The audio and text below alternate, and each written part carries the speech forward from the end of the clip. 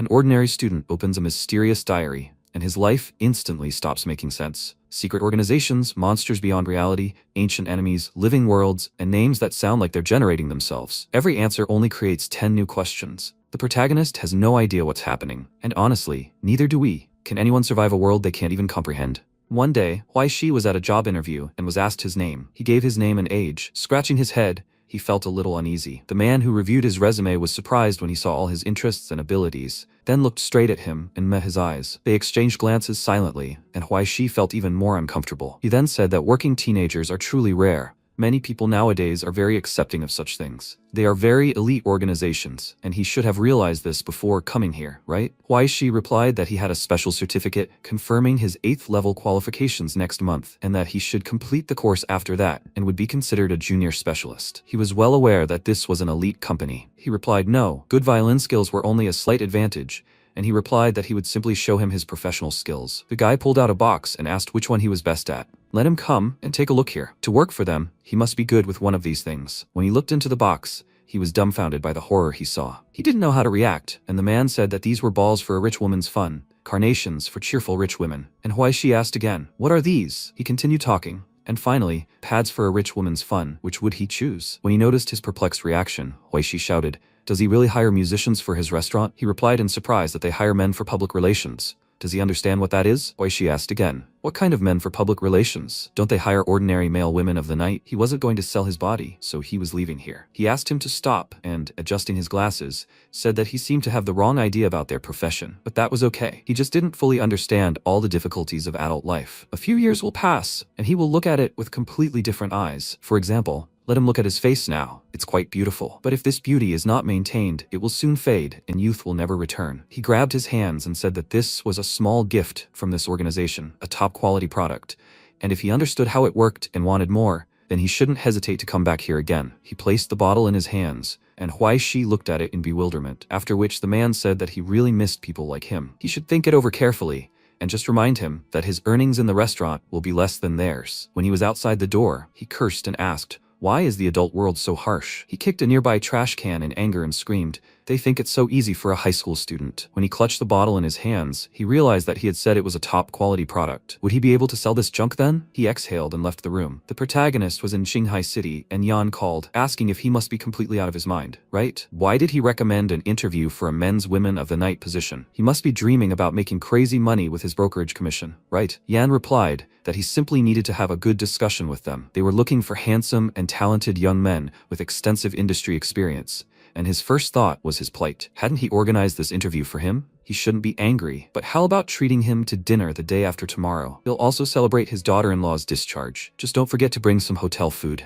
Huai-Shi was surprised that he wanted to invite him to dinner, but suddenly he sensed something was wrong and looked ahead. He heard the frightened screams of people shouting. What just happened? The protagonists looked up from their phone conversation and into the distance, where they saw a huge explosion. They realized the entire pier was ablaze. Could it have been a lightning strike? There were several areas there that local gangs constantly fought over. Could the fire have been caused by their illegal activities? People were discussing how they hoped a shootout would break out there, and how it would be better not to go too close to the fire. They should call the police quickly. Huai-Shi told Yan that he was there and said that it had started raining and he couldn't speak anymore. After that, he covered his face with his hand and ran faster to avoid getting too wet. He managed to run into an alley to take a shortcut, but suddenly an unknown man appeared in front of him and knocked him down. When they collided, he grabbed his body, and Huai-Shi didn't understand what he was doing. He threw his hand aside, and Huai-Shi screamed, "What's going on? Let him go right now." The stranger handed him a special object, and at that moment lifted his hood, revealing the man's bloody face. He immediately began coughing up blood and fell unconscious, bleeding profusely to the ground. Huai-Shi ran up to him and began screaming, "Is he alive? Is he dead?" Blood continued to spread across the asphalt, and when he looked at the cube they'd handed him, he was stunned. When he showed up at the police station sometime later, they asked him his name and age, just like at the interview. He scratched his head, and the policeman silently typed information into his laptop. The protagonist asked, "He's not a male woman of the night, is he?" Afterward, they served him hot tea, and he left the office and went into the hallway to wait. The policeman approached him and asked, "Are you okay, young man?" He was quite mentally strong. Huai-Shi replied that he was fine, and could he walk now? The police officer said that if any other child witnessed someone's death, it would certainly cause severe psychological trauma, but he was fine. Okay, let him go to the room where the documents were kept, get his things, and then he could go. Huai-Shi asked, "By the way, is this stuff dangerous? Maybe there is something illegal inside?" The police officer thoughtfully replied that at the moment, Some weren't dangerous, and most likely, he'd still have to wait until they got specific assessments from the experts tomorrow. Right, he should thank him for his cooperation. He'd done the right thing by calling the police first when faced with something like this. Huaishi chuckled, and wondered if, when the explosion occurred at the port, either a living dead man or a bandit ran out to meet him, and the first thing he did was slip a bomb or some kind of substance into his hand. If he hadn't called the police, how long would it have taken him to be caught? Yes, he's poor, but the thought of going to prison and surviving on that basis never even crossed his mind. Huaishi remembered his things and said, he wasn't the one who read the book that was there. After all, the policeman laughed loudly and started shouting, he's talking about his diary? He shouldn't worry. He hadn't even looked at it. He never expected that today's youth could still keep diaries. He was truly a man of the old ways. The protagonist breathed a sigh of relief and left the police station while a thunderstorm continued outside. He was surprised, and then again, was he the god of rain? When he left, he looked at his phone. Huaishi is an unfortunate high school student with only 144,444 yuan left in his bank account. Could he be any more miserable? He thinks so. After all, he almost lost his virginity when his unscrupulous agent lured him to an interview at an organization that hires male women of the night. After that interview, he encountered the living dead and ended up in the police station, and everything would be as it should be. Even his only suit for the performance that day was ruined. When he found himself at the bus stop, the bus arrived quickly, and people boarding looked at him in shock, because there was blood on his clothes. He got off at the stop and sat in the rain. And no, he's not complaining. It's just that if fate were truly fair, he would still be the third-generation son of a rich man, and he wouldn't have to worry about food or clothes. He would simply live out the rest of his days, awaiting death. But when he was 3 and his grandfather died, his mother began a dissolute lifestyle, spending huge sums of money on expensive food, booze, and gambling. When the family's possessions were senselessly given away, she took the remaining money and disappeared into thin air. His mother left him alone, and of course, he doesn't count the countless creditors who dream of getting their money back. The voice assistant announced that they had arrived at the final stop. Dear passengers, please don't push and exit only through the back door. He got off at his stop and realized that if it weren't for the foresight of his grandfather, who left him the old house in his will, he feared he would have become a vagrant from China, like a homeless dog. If he hadn't left the house to him in his will, he would have been able to formally inherit it only upon reaching adulthood. He arrived at his old stone house, enormous in size but completely broken and abandoned. Grass grew there of incredible size. He went inside and said he was finally back. If you think about it, it's a true miracle he survived to this day. Moreover, he not only survived but also lived to the point in his life where, through hard work,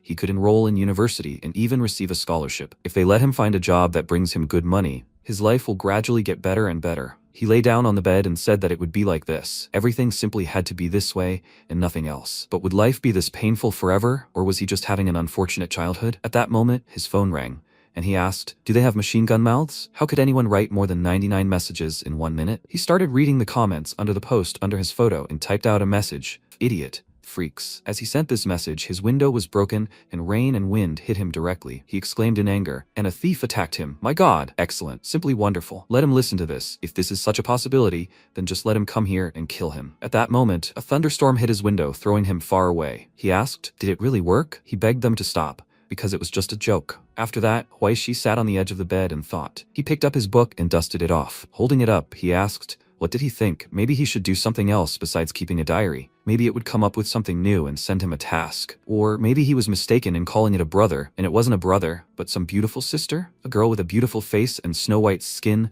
crying for a purposeless existence? How else was his life different from that of an ordinary person, other than total hopelessness and misery, like this worthless piece of junk he picked up when he was 10 years old? This junk doesn't rot, it can't be lost, it can't be burned, and this damn book doesn't even get wet. At first, he even thought that this was his chance to change his life, a chance to rise above the rest, like a Buddha among people, all thanks to this cool book. However, this cool book can do nothing more than automatically keep a diary every day in real time. What would happen to him if someone saw this book? He would be covered in shame for the rest of his life. When he saw the words in the book, and then the shadow appeared, whose silhouette was too similar to the power of this raven, he still didn't expect this crap to be written in such a style. It seemed that in the future, he should copy a couple of paragraphs from here, and then he could write a fantasy novel and make some money. For some reason, he was surprised and thought it was strange, because today the book was much thicker than usual. He saw a lot of different names and people and cursed, asking if the book had somehow activated after the thunderclap. It had finally started working, and he would finally be able to rise above the rest. But what was happening to him? Suddenly, he began to tremble and fell unconscious onto the bed, dropping his book. He lay there for a while, and then suddenly there was a loud roar above him, and the outlines of large wings appeared above the roof. He dreamed that a man kicked his chair, causing him to fall to to the floor and hit his head. The man shouted that he had asked him to guard the entrance and not sleep at every opportunity. Why she bowed and said he was truly sorry. The boss, of course, understood everything. The director shouted that if he saw anything like that again, he would be fired immediately. A girl approached him and said that he was here after all.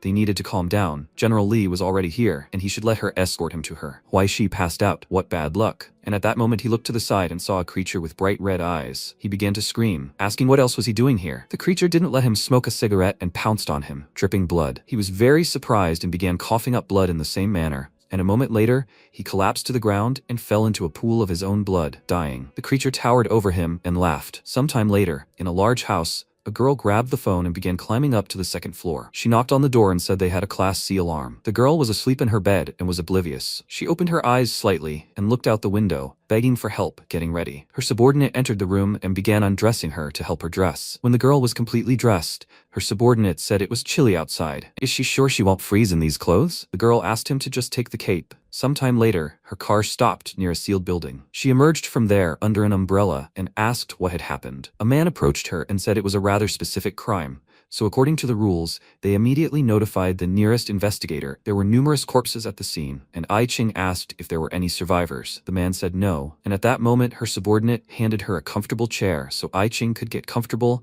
and sit down. Well, let her lead her inside. She had never been to a cat house before. When they drove inside, the entire room was covered in blood. There were several silhouettes of murdered people. She said it was a bathhouse that had recently opened, and clients, a security guard, all witnesses to the incident were dead. They learned about this from a courier, and by the time they arrived at the crime scene, a full hour had already passed. Then they received another message, and it turned out that a police station in the area had also been attacked, but there were no victims. Ai Ching looked into the distance at the forensics team and asked if there was any surveillance footage. The guy turned to his colleague, who answered yes. The criminal had broken the building's security camera, but he discovered that the cameras on the surrounding buildings were undamaged. But that was the only fragment that captured the moment of the crime. They showed her several frames of the killers peering inside, and Ai Ching asked, "Is that all they had? And what about the incident at the police station? Were there really no victims there?" He replied, "Yes, there were no victims. And that was because the monster had breached the evidence room, and that room was simply taken over at night. No one was on duty near the room itself. However, there was a video from there, and Ai Ching pressed play to watch it. She didn't understand what it was, because the video showed a strange, monster-like creature. The officer replied that they couldn't answer that question yet. It was one of the pieces of evidence that arrived at the police station that afternoon, and they had filed a request for professional identification of it that same afternoon. According to the information they received, the item belonged to a former inmate named Liu Eryu, a man who was a heavy substance abuser. He was found dead in an alley yesterday afternoon. He had visited this bathhouse the day before. Ai Ching heard that there had been an explosion at the port that afternoon. And that's not all. And this man died quite by chance near that incident, right? It's interesting that an addict with a criminal record died in an alley near a pier where an explosion had occurred earlier. The cat house he visited the day before his death was covered in blood, and even the police station where the evidence in his case is stored had been found similarly. I wonder if all these events are connected to the thing he was carrying. So much had happened in one day, but as an investigator for the Shanghai City Gastronomic Society, she learned about it all last. Her subordinates apologized, saying it seemed they'd been following the rules too strictly, and Ai Ching replied that everything was fine, and she understood. Who would appreciate being bossed around by a girl who wasn't even 20 yet? Okay, that's not important. Let him tell me who found Eryu's body and reported it. He replied that a teenager, Wai Shi, had reported it to them. Ai Ching looked at his description and thought about it. Meanwhile, the protagonist washed his hands and suddenly saw blood under his door, which began to pour out more and more. When the door opened, the bloody monster grinned at him and looked him straight in the eyes. Wai Shi was very frightened and started screaming, but suddenly jumped out of his bed because it was a terrible dream. He fell to the floor, breathing heavily with fear. What the hell was that? Had he just fallen asleep and dreamed this? What kind of dream was this? Was he being killed over and over again? This was strange even for him. Maybe he was dreaming this because of the dead man he saw during the day, but as far as he remembered, he definitely didn't die from a stomach wound. Okay, there's no point in bothering him now. He should go and wash up. When he opened the door, he was confronted by a swarm of police officers with guns. He became frightened, raised his hands, and began to speak in a trembling voice. They don't need to shoot. When Dongli woke up on his bed, he grabbed his head and went to wash his face. When he turned on the faucet, he said that it seemed like the girl he'd seen the night before had been too pushy. He recalled the previous evening with a glass of wine and the girl he'd spent the evening with. She'd said that men prefer young girls or older women. Dongli replied that he didn't know what other men thought, but that right now he belonged only to her. She asked him to confess, and that he really was the one who would forget about the girl who turned his head the very next day. At that moment, she abruptly threw the glass aside and stood in front of him, after which she said that it was okay, She would prove to him today that women can also play with their feelings. He grabbed her face and said, "My dear, his soul and his body belong only to her, but he thinks she deserves even more." At that moment, the girl started crying, and he hugged her and held her close, saying, "Darling, she shouldn't suffer so much because of a scumbag. Better let her get a good night's sleep." His name is Dongli, and he works in public relations. After spending so many years in nightclubs, he's literally learned to see right through people. But lately, things haven't been going well. His outer body is already struggling to withstand the wind, frost, snow, and rain. Last time, he went on to interview a promising newcomer, but he doesn't know what his own plans are for his future job. Being too popular is also a sin. As a rare celebrity in Shanghai City, he'd like to use his abilities in his work, but he's afraid the consequences will be too severe. Miss I Ching called him, and he exclaimed that this is a small matter, and he's truly afraid of whether she'll leave him any dignity this time. When he picked up the phone, the girl started screaming, asking why the investigator could do whatever she wanted. He replied that he hadn't seen her in a while, so why hadn't she called him in so long? She replied that the office was open for special work, and that he had 15 minutes. Did he understand? He replied, yes, and found himself in the special work office. I Ching was there, looking away at the protagonist, who was again giving his name and age to the police. In the interrogation room, the investigator told her that she'd better give him the most honest answers to their questions about where he was last night. Huaishi became frightened and started shouting in a trembling voice that he'd already asked him about this 20 times. He'd already said that after yesterday's interview, on his way home, he encountered a murder, which he immediately reported to the police. After his testimony was recorded, he went home and fell asleep almost immediately. When he woke up, he was arrested and started screaming, "Good people, what do they want from him? Let them please let him go home already." Suddenly, he realized and started yelling, "Stop. Are they also recruiting male women of the night?" The police got angry, and I Ching said, "Okay, she's fed up with this. They won't get a clear answer from him anyway." Her coworker replied that he was the only lead, and yet he was the only one left alive after contact with that thing. I Ching replied, "Here he is." Dongli entered their room and asked, "What kind of lost little lamb is waiting for him here?" When their eyes met, he started shouting with irritation, and it was him. Why she shouted that they said they were recruiting male women of the night here permanently. Even their leader had come. He wouldn't sell his body, and as for them, he didn't care. But how could this be? They were obviously trying really hard to lure a good man into their work. As soon as he gets to the phone, he'll alert everyone of their secret lairs. Dongli exhaled and told him to look at his finger. Why she shouted that he wouldn't look at it, but suddenly froze and was hypnotized. He became very embarrassed, as did the two police officers standing behind him, and said that they had met again, and he should forgive the group last time. Maybe they could try to get to know each other better again? He hadn't interviewed anyone else, had he? He could just start work tomorrow. Dongli replied that they would still have time to get to know each other better, but right now he was interested in something else. He would ask him a few questions, and he had to answer them honestly. Huaishi answered in agreement and nodded, saying that he would tell him everything, for example, the password to his bank card, 19191. Dongli replied that that wasn't necessary. It would be better for him to tell where he was last night. Huaishi replied that he simply fell asleep at home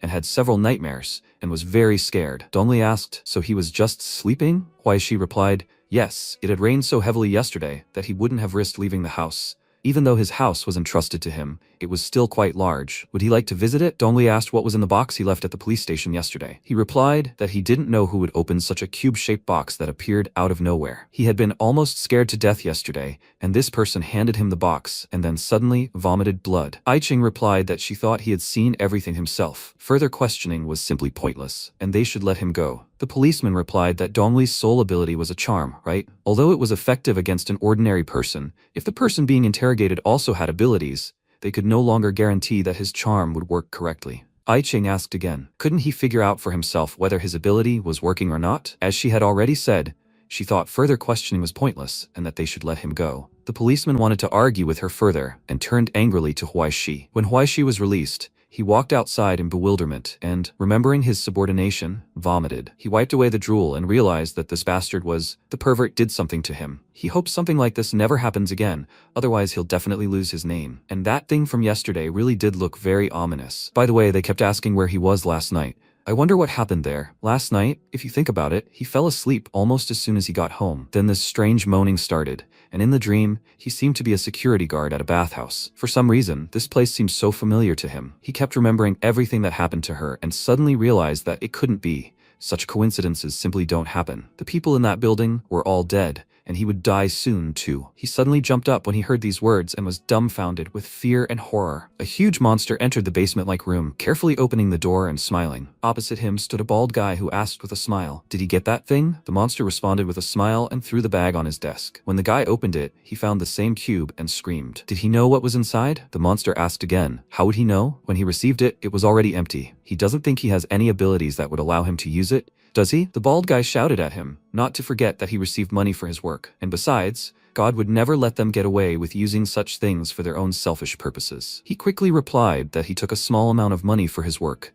but at the same time, returning the saints could be considered a sinful crime. But if it weren't for his decisions, his subordinates wouldn't have gone against him, and especially if it hadn't fallen into the wrong hands. He offered him advice to calm down and start thinking about how to fix this. The bald man replied that when he returned the box, did he encounter any unusual incidents? Perhaps he had encountered other people? The monster replied that nothing of the sort had happened, and that he had simply killed everyone who had succumbed to him. Nothing special had happened. The bald man asked if there had been someone he had overlooked. He had to find out who else had touched that box. When the protagonist felt incredible fear and heard the words that they were all dead, like anyone who had ever touched that box, the same fate would soon befall him, and he too, the young man, would die. He turned and began to shout, "Who's there?" But there was no one behind him. Surprised, he silently looked up at the sky, then saw a bird with a bright mark on its chest. Looking at it, he smiled and realized that those words couldn't have come from a raven. But the raven said not to worry, it was only him. And yes, the one speaking to him really was a raven, but it would immediately answer his unspoken question. This was definitely not another nightmare. Why, she asked, dumbfounded. Can he speak? How could he? What kind of unearthly thing was this? The raven replied that he was ungrateful. He'd watched over Huaishi's life every day, sparing no effort considering him family. But as soon as he spoke, he immediately transformed into something unimaginable. How could this be? Huaishi was frightened when he heard these words, and started screaming. Isn't this that tattered book? The raven replied that in a sense he was right. They could say they had something big. The fragment, in its current form,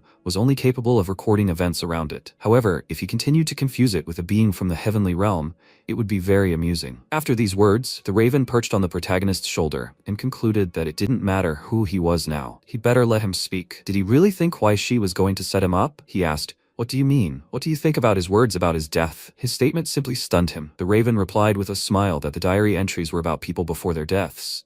Hadn't he experienced that himself? When the protagonist recalled the horror he'd experienced, he suddenly clutched his stomach and clenched his teeth in fear. Beads of sweat poured down his face from fear, and he muttered that it wasn't a nightmare. Were they really all dead? The raven replied that everyone who had seen the box except him was already dead. There were many good things inside, and after so many years of sleep, he rarely saw an object of such quality. Although it had caused some chaos, only 800 or 900 people had suffered in total. As for the meeting, could he help him with anything? Young man? The protagonist looked him in the eyes and didn't know how to react. When he got home, he gathered 40 grams of copper, 50 grams of silver, 12 grams of powder, a crucible, and a burner at the table. Everything else seemed to be already at home. He was practically up to his ears in debt, so why did he need to buy all this despite his status? Raven replied that it was all chemicals.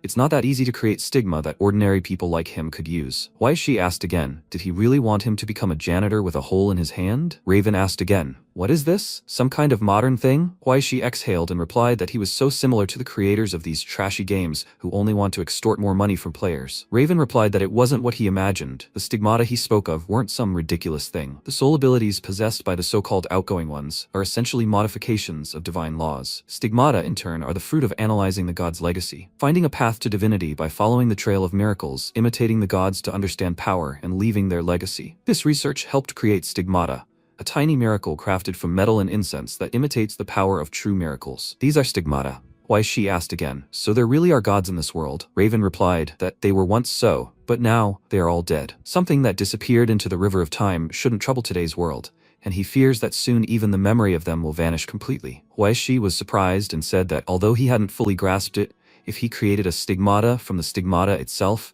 he would be able to see the character's properties just like in the game, and that would help him say goodbye to these unfortunate days. Had he understood correctly? After a long silence, Raven replied that, in general, that was indeed the case. Huaishi exclaimed with joy. Who could have expected such a moment in his life? So what were they waiting for? They should get to work quickly. When night fell, the protagonist cut his finger and dripped some blood into the resulting bowl of liquid. The Raven remarked that although these could be called simple trinkets, even the most basic stigmata couldn't be created with mere fire and base metal. Now they would create the simplest, crudest version of stigmata, but when he created more advanced stigmata in the future, He might even need the blood of amazing spiritual beings and special materials from their habitat. Suddenly, the protagonist's phone rang, and the Raven told him to remember that he only had one chance to create stigmata. He shouldn't waste it, and he didn't think he had enough money to start over, right? The protagonist confirmed this thought, and suddenly their bowl began to glow with a bright light that spread throughout the room. Why, she asked, perplexed. What it was, the Raven replied that it was the source of matter. When the source of matter begins to burn, the soul of matter is revealed, the soul that every creature possesses. He thought it would be simpler to call it a soul particle. When he lacks the material, he can only work with flame,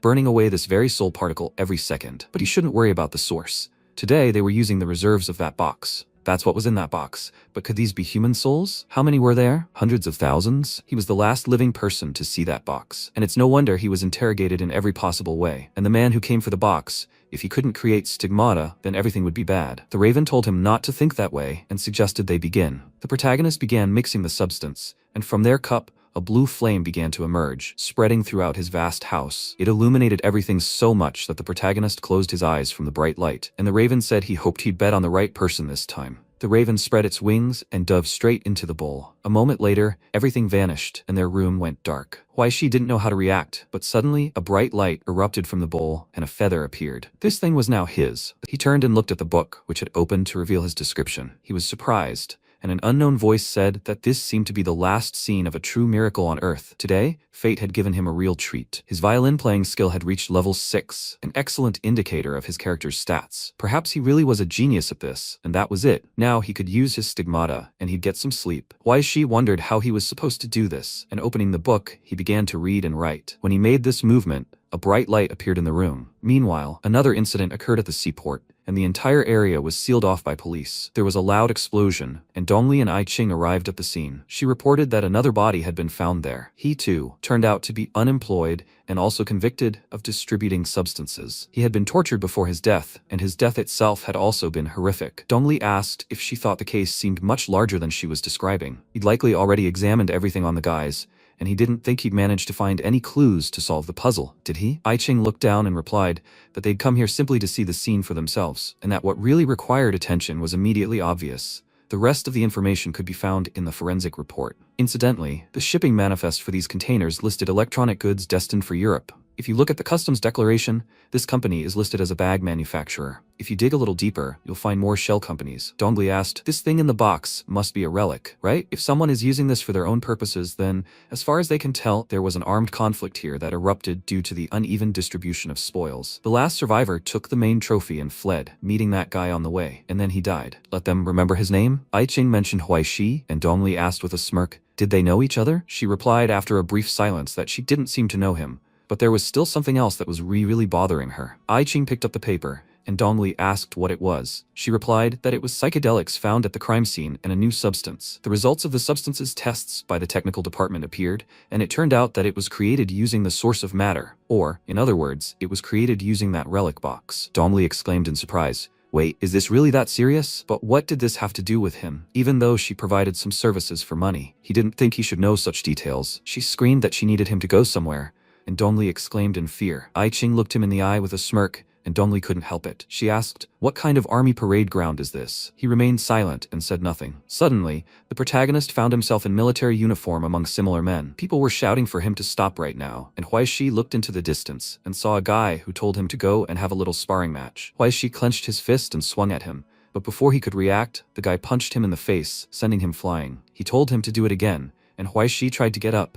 But at that moment he felt incredibly heavy and felt his soul parting from this body. He tried to resist, but nothing happened. He felt incredible pain. The guy screamed, Chenbo, what the hell is going on? When Huai-Shi heard that name, he was surprised and couldn't understand what was happening. Could this really be that guard, and these are his memories? He threw Huai-Shi aside, causing him to writhe in pain and terror, completely unaware of what was happening or where he was. The protagonist clutched his tie convulsively, his breathing heavy and ragged. At that moment, text began to appear in the open book above him. Memories scattered around the protagonist, like imaginary images flaring and fading in the air. A few seconds later, a strange haze enveloped the space, and the protagonist, rising with difficulty, cried out, what? He began breathing heavily again, and then noticed an IV drip on his arm. A raven perched on the windowsill, turning its head toward the protagonist and uttering, oh, he's finally woken up. Well, it looks like it managed to save him from that problem with the lovebirds. The protagonist sat down on the bed, and the raven flew up to him. The protagonist quietly said, then he should thank it. The Raven approached and asked, "So what's up? Has he made any progress?" Then he picked up the book and, leafing through the pages, said, "Can it be considered a success that he returned from there alive? Is it really the ability of his stigmata that he is now subjected to violence in his dreams? He hopes that after this night he will still be able to learn more about the rules of the Book of Fates. For now, he is only sure that the abilities he has mastered with his own hands, which he can use at any time at will, can be recognized as skills by the Book of Fates." He began to read the contents of the page, frowned, and sharply cried out, "Funny." The thought flashed through his mind. He learned this skill in his dream. Gradually, he began to understand a little more. If he is not mistaken, it is precisely through training and constant practice that one can reach the maximum level 10 in any of the skills. He realized each skill here has 10 levels, with 10th being the upper limit of the ability. Turning the next page, he said, "The information that was here disappeared. By the way, why do people's memories even appear in this book?" The Raven responded, "Oh, he really doesn't know that? The book, apparently, is now linked to him and will record what is directly related to him. That means the reason why information about all those people was written in this one is because all those people died because of him, right?" With these words, the Raven flew to the window. MC said in surprise, "Because of him." The Raven added, "In fact, there are a little more than 70 of them. But only 4 or 5 of them had a strong enough matter source to leave records with their memories in his book. Now, there really are fewer and fewer people who can awaken. Because of this, he should thank them for this." The protagonist shuddered internally. More than 70 people, and they all died because of him. He wondered if they would have died if he hadn't handed the box over to the police station. If he hadn't, would he have been one of those killed? He then asked, "Would he have wanted that outcome too?" The crow replied, "True, but that wasn't surprising. Why this world isn't as serene as he thinks. This sky, this earth, this country, this city. In fact, there are many things in this world he's never even heard of before. Truths that are better left unsaid, a boundary that ordinary people shouldn't cross. A hell that's best left unseen. But even if someone crosses that invisible line, there's no guarantee they'll be able to discover the truth." The crow looked at the protagonist again and asked, "Does he have a soul?" Sometime later, Wang Hai was sitting in his office. He folded his hands in front of him, and the next second, his subordinate entered the office, holding the device in his hand and shouted, "They've succeeded. Master, they were able to obtain the video from the CCTV cameras, and, thanks to that, track down where that box went." He asked, "He didn't leave any traces of breaking into the security system, did he?" Tutai came closer and told him not to worry. He left no traces, and even if someone thoroughly checked their target later, he wouldn't be able to trace them. After that, Wang Hai took the device and said, "Very good. By the way, he should inform those old men that the service will be held every weekend evening. Everyone should come. If anyone doesn't show up, then they shouldn't come at all in the future." Tutai asked, "Wasn't the last service the day before yesterday? And everyone is used to coming at the end of the month." And Wang Hai shouted, "Can't he even come up with an excuse himself? He wants him to do his own work for him? Even if it's the Heavenly Father's birthday suddenly. What? That's okay?" Tutai replied, "Yes, of course. The final say is always his." Wang Hai slammed his hands on the table, and Tutai closed the door behind him, shouting that he would carry out his orders immediately. After that, Wang Hai connected the device to the computer and began reviewing the recordings. He switched videos one after another, and then stopped the video, noticing the main character in the frame. He grabbed the monitor, his face covered with bulging veins, and he said, "So this is who he is." Meanwhile, the main character answered the Raven. "Wow, of course." He spread his arms out to the sides and shouted, "If you don't have this, you can just die." And you could say he craves this with all his soul. And not only to have it, he wants a lot of money, power, girls. On the other hand, shouldn't this thing always be there? In response, the Raven sighed, then crossed his legs and said, "In fairy tales, every character has a happy ending, but does he really believe it?" He lit a cigarette and added, "Indeed, what distinguishes ascenders from ordinary people is this very soul. In the current era, there exists only one creation, the Sea of Silver, although perhaps it would be more accurate to call it a natural source of success. It is also known as a perpetual motion machine, one of the sources of existence of the modern world. The true essence of this is the creation of each person's projection. They say this invisible ocean is so vast that it is impossible to even imagine, and all the wisdom of people is actually just small drops that have leaked over the edge. But in reality, few ascenders rely on special permission from the Astronomical Society. Most go through awakening as free riders. This is precisely the path they will have to take." MC asked, "And then what?" Raven blew out smoke and replied, "While this path will be difficult for others to traverse, he will need to gather several reserves, using this to launch a rocket into the stratosphere. And this will need to be done not only to overcome the gravitational pull of the Silver Sea, but also to face all the possible challenges along the way. No one knows and cannot know what awaits them, but if they want to succeed, they must follow more than just the standard path. They must find themselves in a situation that stimulates them, providing the right opportunity. And on top of all that, a pinch of luck wouldn't hurt. Such a path is often like playing the lottery. Someone else's success will be difficult to copy. Fortunately, the population is so large that there are always 1 or 2 lucky ones." The protagonist asked, What about those who are less fortunate? The raven took another drag and, flying forward, said, he should be more confident. There's no need to worry about it at all. He perched on the protagonist's shoulder and added, he has a unique treasure, young man, the Book of Fate. For him, it is like walking on a road paved with gold, while for others it might be like Icarus's journey. For him, it's like climbing a ladder. Then the protagonist looked at the book in his hands and asked, so what is he ultimately asking him to do? The raven whispered in his ear, it's quite simple. He needs to kill someone. If he does that, the entries in the book will probably be more detailed, right? And does he know that it's not just that? By killing one person, he can learn their skills. But by killing 10, he will become a true genius. The more people he ultimately kills, the stronger he will become. Little Huaishi, hadn't he been despised by countless people? He must hate them so much in his heart that seeing them die would only bring him relief, right? The raven flapped its wings a few times and added, it's not just his classmates and teachers. His parents were part of those people too. They abandoned him. This world is not suitable for him. So why should he continue to treat this world so kindly? It seems he really isn't afraid of anything, right? Then MC asked, so that's it? He looked at the crow and asked, so, does that mean he just has to kill someone? Then he looked thoughtful and suggested starting with Li Wian. After all, no one asked him to constantly brag about his uncle to him. And that girl who keeps looking at him, most likely these two have been together for a long time. The third would be the English teacher who always lectured him in front of the whole class. The list would definitely include that guy who thought he stole his money, and his brother who constantly beat up people at school. He would be the man who would fight evil. He counted on his fingers as he spoke, then smiled and added, by the way, that stinking agent should be put to death too. He worked himself to the bone, but one careless word from him was enough to deprive him of 20% of his earnings. They all deserved to die, because they all offended him, right? But that was wrong, right? He leaned back on the bed and added, okay. He understood perfectly well that it was normal that not everyone liked him. He might not be the most sociable, and certainly not very popular. And yes, sometimes some people did go too far and deserved punishment, but none of them deserved to die. They were all living people, just like him. They shouldn't die. Just like the people in that complex weren't supposed to die. Even if they were guilty of something, that doesn't mean they should be killed. That's why he doesn't like what the raven just suggested. He really doesn't like it. He sat up, and then the raven, covering its wings, said, God, why is he so cruel? He's so cruel. He's doing all this for him, and besides, he belongs to him. He should have offered something like that before starting a partnership with him. Okay, he should look into his sincere eyes and give him a chance to make amends for those words, okay? And since plan A didn't work, he could go with plan B. The protagonist was surprised. What plan B? The raven replied, since he doesn't want to kill anyone, it's very simple. In that case, he'll have to die. The protagonist looked at him, perplexed. After some time, MC lay on the bed, clenching his teeth, clutching his tie. At that moment, the text in the book lying on the bedside table began to write itself, and then the phrases that rose into the air began to blur. After that, streams of energy began to flow into the protagonist's body. At that moment, the raven, watching him, thought, well, of course, if it weren't for the constant drawing of energy from the source, he would have awakened many years ago, right? The next moment, the protagonist found himself in the subway. He looked around in surprise and thought, a subway station? Free choice? He opened his phone and began reading messages, and then noticed an approaching train. At that moment, a man approached him from behind and told him to go to hell. With these words, he pushed the protagonist onto the tracks, and the train inexorably approached. And the next second, the incident occurred. The people standing at the subway station were shouting, what's going on there? Someone fell onto the tracks. Did they see what happened? He thinks so. It's him. He pushed him. We need to grab him. He needs to stop playing around already. After a while, the man called out to the protagonist and shouted, boy, he needs to wake up. The battle has already begun. The protagonist opened his eyes and said in surprise, huh? He was lying on the cracked ground and his body was covered in mechanical armor. He looked at it and thought,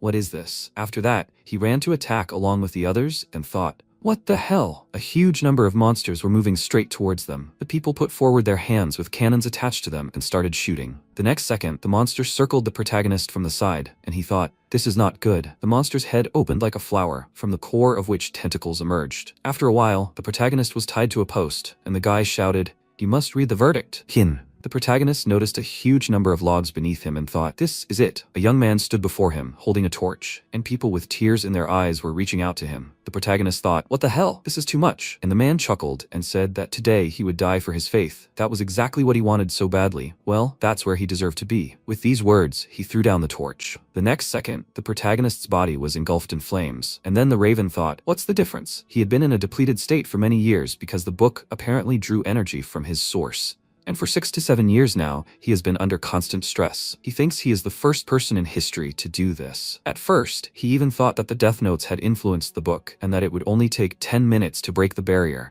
but he never imagined that he would never be able to see further than 10 years. Then the raven noticed the symbol appearing above the Book of Fates and said, why she? What is he hiding? Is this the new moon? How rare. The protagonist continued to sleep, sighing loudly, and the Raven thought, well, okay, I can lend him a little, the pattern is still too small. His breathing calmed. After this, the book page drew another symbol, and a ball-shaped energy began to accumulate in the protagonist's chest. The Raven thought, is he really about to wake up already? What will give him the right opportunity? Why she? But will he be able to build a bridge? Sometime later, in the backyard of the house, the protagonist was sitting on the stairs, and in front of him was a statue. He began to wipe the tears from his face and said, how exhausted he is. The Raven flew up to him and asked, does he have time to complain? Then why not die again instead? If he takes his advice, it could at least improve the quality of his source. Before he knows it, his progress will reach 99% and he'll become one of the ascenders. The protagonist replied, he should believe him. Experiencing that would be even worse than becoming a ghost. Then he looked at the sky and added, and what kind of life is this, where in order to live on he first has to die? Isn't that like putting the cart before the horse? If he's going to die anyway, why not just do it once? He's had to die dozens and hundreds of times. He's almost completely lost all feeling. Besides, school starts in 2 weeks, and he's still as poor as ever. And he's starting to feel like he's about to die. Damn, lately all he does is seek death. The Raven remarked, at least he's acquired a few new skills, right? The protagonist looked at him and asked, what skills? He couldn't recall anything useful, except his military hand-to-hand combat skills. Maybe he could remind him? And if he were to run into that madman now, even with his military hand-to-hand combat skills, he probably wouldn't be able to save his life. The next second, he heard a sound behind him and spun around. He asked, what the hell? He didn't seem to be expecting anyone today. The Raven looked in the same direction and said, it's hard to say who it is. Maybe that someone just wants to connect to his central network to steal electricity. The protagonist shouted indignantly, what the hell? Did he really do something like that behind his back? And then the Raven took out his phone and said, in fact, he had also secretly run a network cable to the neighboring networks. He would tell him a secret. Their Wi-Fi works pretty well. Does he need the password? MC said, okay, maybe this has happened to the rich more than once or twice. With these words, he grabbed a crowbar and headed towards the sound. Raven said, that's probably it. After that, they hid behind the door, then made their way to the stairs, and the protagonist peeked out from around the corner. He whispered, damn it, maybe it's better for him to stay in the shadows further? After all, there aren't many men left in this family. He grabbed a crowbar and added, damn. If he goes bankrupt because of them, it will be a one-way street for him. He must fight for his life. With these words, he ran forward up the stairs. Meanwhile, the robbers were searching the protagonist's room. One of them shouted, damn, they still haven't found him. Then he looked to the side and told his partner to look. There's something else here. After that, they began to open the case. MC, watching what was happening, thought, no, he shouldn't touch his violin. At that moment, the man peered into the case and asked, is this empty too? Maybe there's some extra material inside? They should check.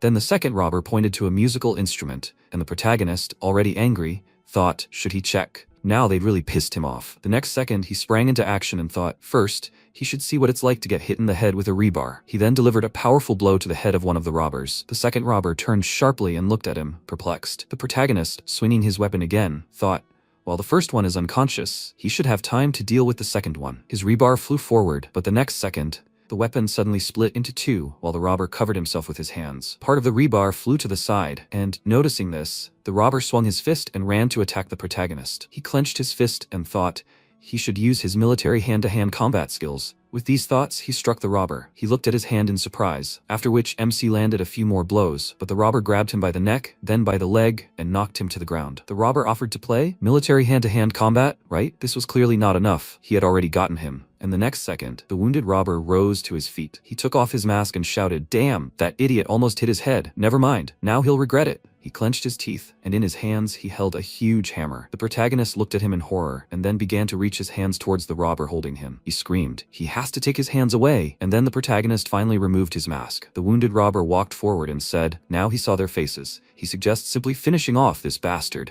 MC gritted his teeth at that moment and quietly prayed for help. And the Raven told him, remember the sad moments. He must think about how he felt when he died in his dreams. He must remember how many times he died. Remember how scary it was. The protagonist was indignant. What's the point of thinking about it now? He suggests that before he dies, he should think about how he died in his dreams, so that it would be easier to come to terms with the inevitable. The next second, the man swung his hammer, and the protagonist closed his eyes, recalling all the moments he experienced. The next second, a clot of energy appeared in his hand, and then MC directed it straight at the attacker's face. Then he screamed, God, how bad he feels. Powerful beams of energy flew in different directions. One of the robbers dropped his hammer. The man, kneeling, screamed, Jin-air, father, he is asking for forgiveness. The second attacker, tears in his eyes, screamed, Mom, he's not worthy of being called her son. He couldn't even send her off properly. Screams came from all directions. Then the man punched the protagonist in the face. He continued crying and, covering his face with his hands, screamed, damn it, you little brat, what did you do to them? The protagonist bit his hand and threw him aside. Then he climbed on top and started punching him in the face. But the man didn't give in. He grabbed him by the tie and then punched him in the face. They turned around, and the protagonist grabbed the attacker by the neck and began squeezing. The man screamed, "Lao Liu, he has to finish him off." Then the man grabbed a hammer and, wiping tears from his face, swung it. But the hammer fell from his hand. At that moment, Ai Ching entered the room. She held a pistol in her hand and then ordered them to leave the protagonist alive. Dongli ran forward, grinning and taking off his glasses. Noticing him, the protagonist thought, "Damn it, that pervert again." Dongli stopped. The man was kneeling. MC thought, "Oh my god, is this that magic technique again? Was that what he used on him last time?" The man hit his head on the ground, and Dongli, approaching the protagonist, said,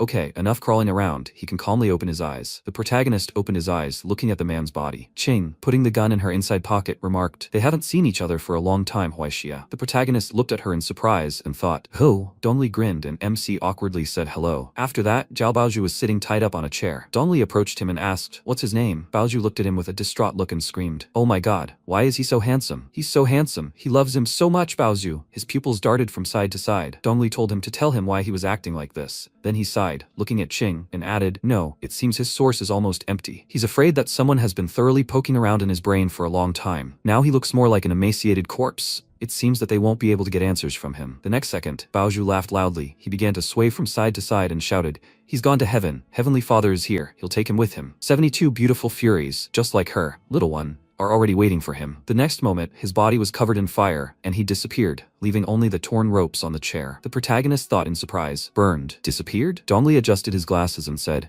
"They have no more leads again." Ching looked at the protagonist and said, "Not necessarily. After all, he's still alive. Even though it remains a mystery to her why these people came for his head, if they have this bait, they'll always have the opportunity to get more leads." Dongli looked at her and thought, "God, this crazy woman is too scary." While everyone thought the killer took the box and left it at that, Ching, based on the recently discovered bodies, concluded that the killer hadn't found what he was really looking for. This means he'll continue searching for everyone who touched the box. In that case, it becomes obvious that the most attention will be paid to the person who found the box. Now they just need to use this guy as bait, waiting for the killer to show up. But isn't he an old acquaintance? For some reason, they feel like they have too much in common with this kid. When did he do anything that could offend this woman? Then MC screamed, "Do they want him dead?" There's only half a month left until the end of summer vacation, but he has to work 4 jobs to cover his living expenses. And even if they monitored his surroundings, it would be useless because he'd rather starve to death for his dream. Ching pointed a gun at him and asked, "Is this really true?" He looked at her in surprise, then looked down and said, "How can they not understand? All he has is his violin." He raised his index finger and shouted, "So even if he were shot today, he would still never give up on this." Before he could finish speaking, Ching showed him the phone screen, which displayed an account information. He noticed the numbers then, putting his hand to his chest, shouted, "Every person should try to do something for other people. Yes, every decent citizen is obliged to cooperate with the investigative authorities. Please don't feel sorry for him. He's not a delicate flower after all." After some time, the protagonist was sitting on the bed. He looked at the violin in his hand and, running his finger over it, said, "Fortunately, they didn't manage to break it after all." Then a raven appeared on the bed and said, "They're finally gone. Because of them, he had to hide all this time." The protagonist looked at it and asked, "So he was hiding all this time? Where did he even disappear to?" The raven shook his head and replied, "Actually, he helped form the light in his palm." Are his eyes really as bad as a little girl's? If it weren't for the ashes of disaster in his hand, would he still be okay now? MC shouted in surprise. Ashes of disaster? Exactly. What kind of thing was that? How could something like that appear in his palm? Raven settled onto the bed and explained, choosing his words carefully. More precisely, it was a rare source material of sorts, the purest essence, formed from a multitude of deaths and disappointments. When he experiences someone's death, and information about them is recorded in his book, he feels fear in the face of destruction. This fear interacts with its source. The result of this interaction is the purest essence of fear and despair, nicknamed the ashes of disaster. However, this is not an ability of his soul, but a kind of byproduct that forms when he subconsciously utilizes his own characteristics. If we were to draw an analogy, it would be like the noise from a washing machine, or the water generated by an air conditioner, or the heat generated by an induction cooktop. The next moment, the protagonist cried out indignantly, "Couldn't he use some other analogies?" The raven thought for a moment, then said, "In that case, I guess you could call him a negative energy producing machine now." The protagonist exclaimed, "He didn't have to add the word machine to that." He then placed his fingers on the bridge of his nose and looked at the raven. "So, does that mean he can extract more than just negative energy? It should work the same with positive emotions, right? In other words, He can create happy ashes at any time. The Raven smiled and asked, "Are you talking about the Liberator's ashes?" He was right, of course, but there was a small catch. His book requires happy memories to be generated for that. Did he understand? The MC screamed. What the hell? Why aren't there any happy memories in this? Silly bird. Can't he see how happy he is? Can't he see what a happy life he lives? He's always happy, from early morning until late at night. With a little sleep, he can continue to feel happy. After that, he awkwardly looked away and suggested simply changing the subject. The Raven said that, since there were more people in his house now, he would have to hide for a while for safety reasons. So for a while, he would have to rely only on himself. He flapped his wings a few times and, landing on the protagonist's shoulder, added that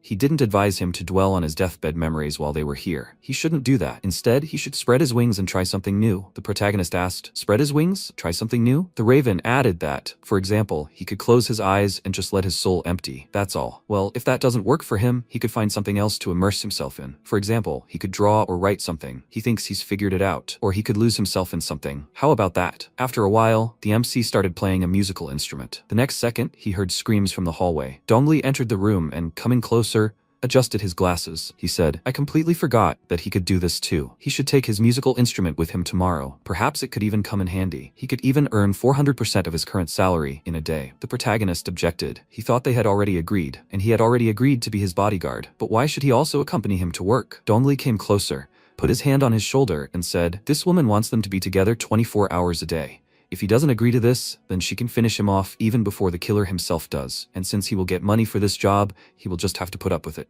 Then he looked to the side and added, "By the way, he also wanted to ask, where are the tools in his house? It's an old house. They should definitely be here, right?" The protagonist was surprised. What was he up to again? Dongli said, "The second bandit's body is still in the garden. He wants to keep it there until it starts to decompose and rot. He just wants to bury it." The MC screamed, "No way. He has never buried anything in his garden and never will. The tools are in the utility room downstairs. There's no man's land at the end of the building. He can bury the body there wherever he likes, but he has to forget about his garden." Dongli replied, "Damn, this is so troublesome." A few seconds later, he closed the door behind him. The protagonist lay down on the bed and, putting his hand on his head, thought, "What kind of people are these? When this is all over, he should send all these people away. Well, at least he still has his golden fingers." He closed his eyes and then picked up his musical instrument again. He thought, to immerse himself in something, to throw away all extraneous thoughts, to relax. After that, he began to play a melody, and the musical notes seemed to fly in different directions. Then he opened his eyes and suddenly rose into the air. His body became translucent,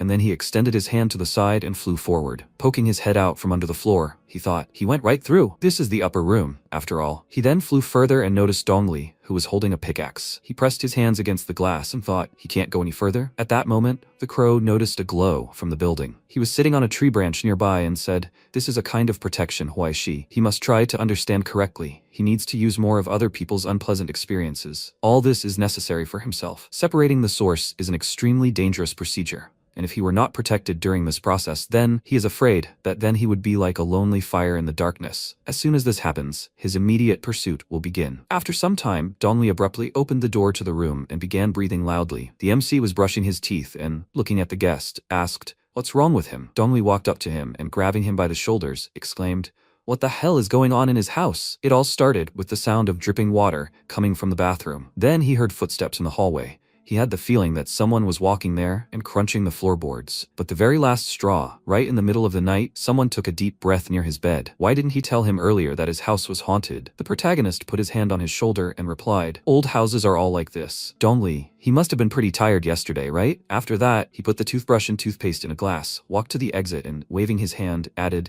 "Everyone knows that ghosts don't exist in their world." Dongli called after him. He must wait. He handed him a few bottles and said he must use these before going out. After all, today is his first day as a kept man. He must show professionalism. He must not disgrace him. And after a while, the protagonist and Dongli pointed to the open car door. The woman got in, and the car started moving. MC asked, "Is this really the full effect of his mythical kept man ability?" And Dongli looked at him and shouted, "It's the effect of his farts, idiot. It's just that her perfume with Metternich rhododendron has a similar effect. After all, this daddy is apologizing to her for spending the night with her so many times that she now sees him as a son." He took out a cigarette and added, "He should better think about this. How much money did this daddy get as a result of just one meeting? In the space of a few days, one could easily earn 40,000 yuan. The protagonist said, "He should better tell him what happened next." Dongli replied, "Then he got caught." He took out a lighter to light a cigarette and remembered Ching pointing a gun at his face. He fell to the ground, and she pointed her foot at him and said, "It seems he really enjoys using his appearance to deceive girls for money. From this moment on, he loses his freedom. he will only be able to regain his freedom when he returns all the money he deceived. The protagonist asked, did he agree so easily? Maybe we should ask a slightly different question. Didn't he use his ability? Dongli threw away the cigarette and said, of course he used it, but it was useless. Even though her name is Qing, concepts like love and affection are just sounds to her. The protagonist looked at him silently, then glanced away, noticing a raven perched on a lamppost. The next second, the raven soared into the sky. Just then, Dongli walked on, turned around and said, okay, they need to go. Because of him, he was completely free for the afternoon, so as compensation, he was expecting an invitation to a late dinner. The next second, his face contorted in horror. A terrifying aura appeared behind the protagonist. Dongli pointed his gun at him and shouted, why he needs to duck quickly. MC froze and felt a chill. It seemed like this must be a skill from the Book of Fate. He felt a terrifying pressure behind him, and wondered if this was a premonition of death. Watching Dongli run toward him anxiously and draw his gun, he gritted his teeth and wondered what it was. He wanted to escape this enormous danger right next to him. The monster was already very close, but he couldn't bring himself to move. He knew his body had to act, but it just wouldn't work. And then, just when he finally got it going, the chimera pounced on him and swung its arm, but Huaishi was able to dodge and hit it back. The chimera closed its eyes, unable to see anything anymore, and pushed Huaishi away before retreating. Dongli immediately ran up to him and asked if he was okay. Seeing the wound on his shoulder, he became worried, then quickly turned his gaze to the chimera. It had already recovered from the blow and was sitting there waiting. Dongli fired a few shots, the chimera jumped, and all the bullets hit the hydrant. After that, it ran toward it in a zigzag pattern, dodging all the bullets. When he was very close, Dongli grinned and, taking off his glasses, used hypnosis on him, causing him to immediately jump aside and fall. The chimera looked at him with a grin, then shot him several times until he stopped moving. MC picked up the bag and said, luckily, this guy decided to attack them in this particular spot. If they had gone a little further, they could have forgotten about the lighting. He wanted to ask about its ability, but changed his mind, saying that now was not the time for jokes, and suddenly the lantern above him began to flicker. He looked up in fear, already thinking about an attack, but it turned out that water from the hydrant was gushing directly into the electrical panel, which was causing the power outages. After that, the light went out completely. He cursed and asked, can't the utility workers make everything out of normal materials? Dongli exclaimed indignantly that everything would have been different if he hadn't started talking about it, and at that very moment, the chimera woke up and quickly ran away, disappearing into the darkness. Noticing the silhouette rushing past them, Huaishi nervously clenched his teeth and thought he couldn't have come to his senses so quickly. Could he? He ran away, right? He looked around. Water from the hydrant continued to pour, making a noise, and suddenly something rushed above them, and then next to them. Dongli cursed, shouting that they urgently needed light, and MC reached into his bag for a flashlight. Everyone was nervous and swearing. Finally, he took out his phone, turned on the flashlight, and threw it to Dongli, but the chimera broke it in half, and Huaishi saw his grin, which was briefly caught in the light. He got scared and threw him another phone, but the chimera cut it up too. Dongli exclaimed, where is he going in such a hurry? If he moved even a little faster, it would be so cool. The MC told him to decide whether to slow down or speed up. He found some hand cream, so let him catch it. After he threw it, Dongli fired at the chimera several times, but missed and indignantly exclaimed that he really needed that cream right now. Huaishi told him to shut up and reached into his bag again, asking if he was still worried about his things at a time like this. He threw him some eye cream.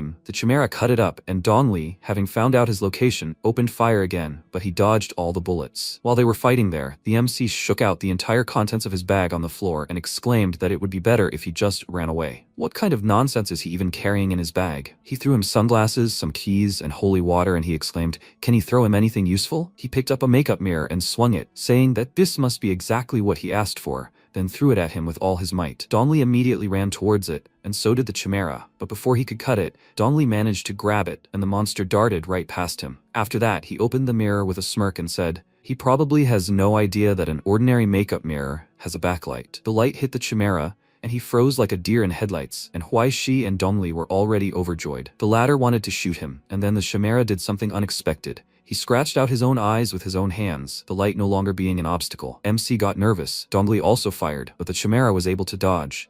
He jumped, flipped in the air, dodging more bullets, and then swung both arms. Dongli, caught in the blow, fell and dropped the mirror. He clutched the wound on his chest, saw the monster attack again, and backed away. After that, he ran to Huaishi, picked him up, and ran into the alley with him, dodging another chimera attack. Its claws left deep marks on the ground. He stopped and listened. Since he no longer had eyes, he could only rely on his hearing. He approached the alley, Huaishi and Dongli hid, and then Ai Qing appeared. She sighed with a grin, and the chimera, hearing the noise from her wheelchair, immediately turned in her direction. Dongli, meanwhile, covered the boy's mouth, and the chimera rushed to attack, but Ai Qing was not the least bit afraid. She pulled out her super weapon and fired several times, turning the monster into a sieve, and the two were greatly surprised by this sight. Bullets fell from her high-tech gun with a clang, and the chimera fell and tried to crawl away. It clung to the stone slab, then pushed off with all its might and began to run. And then the snipers fired a couple of shots, this time cutting off a limb. It fell next to an alley. The snipers reloaded and waited for the next command. A soldier raised his hand, saying the target was down, but they still kept their sights on the monster.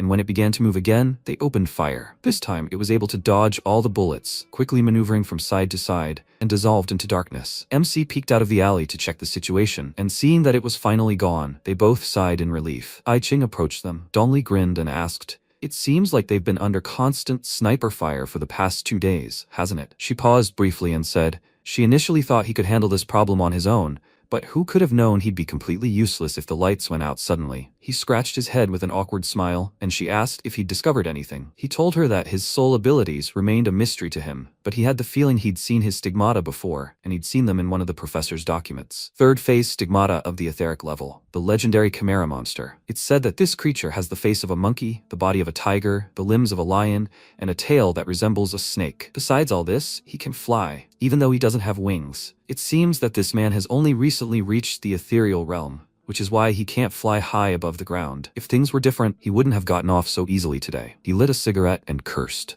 saying that he was a weak little chick who had only recently ascended to the gold realm.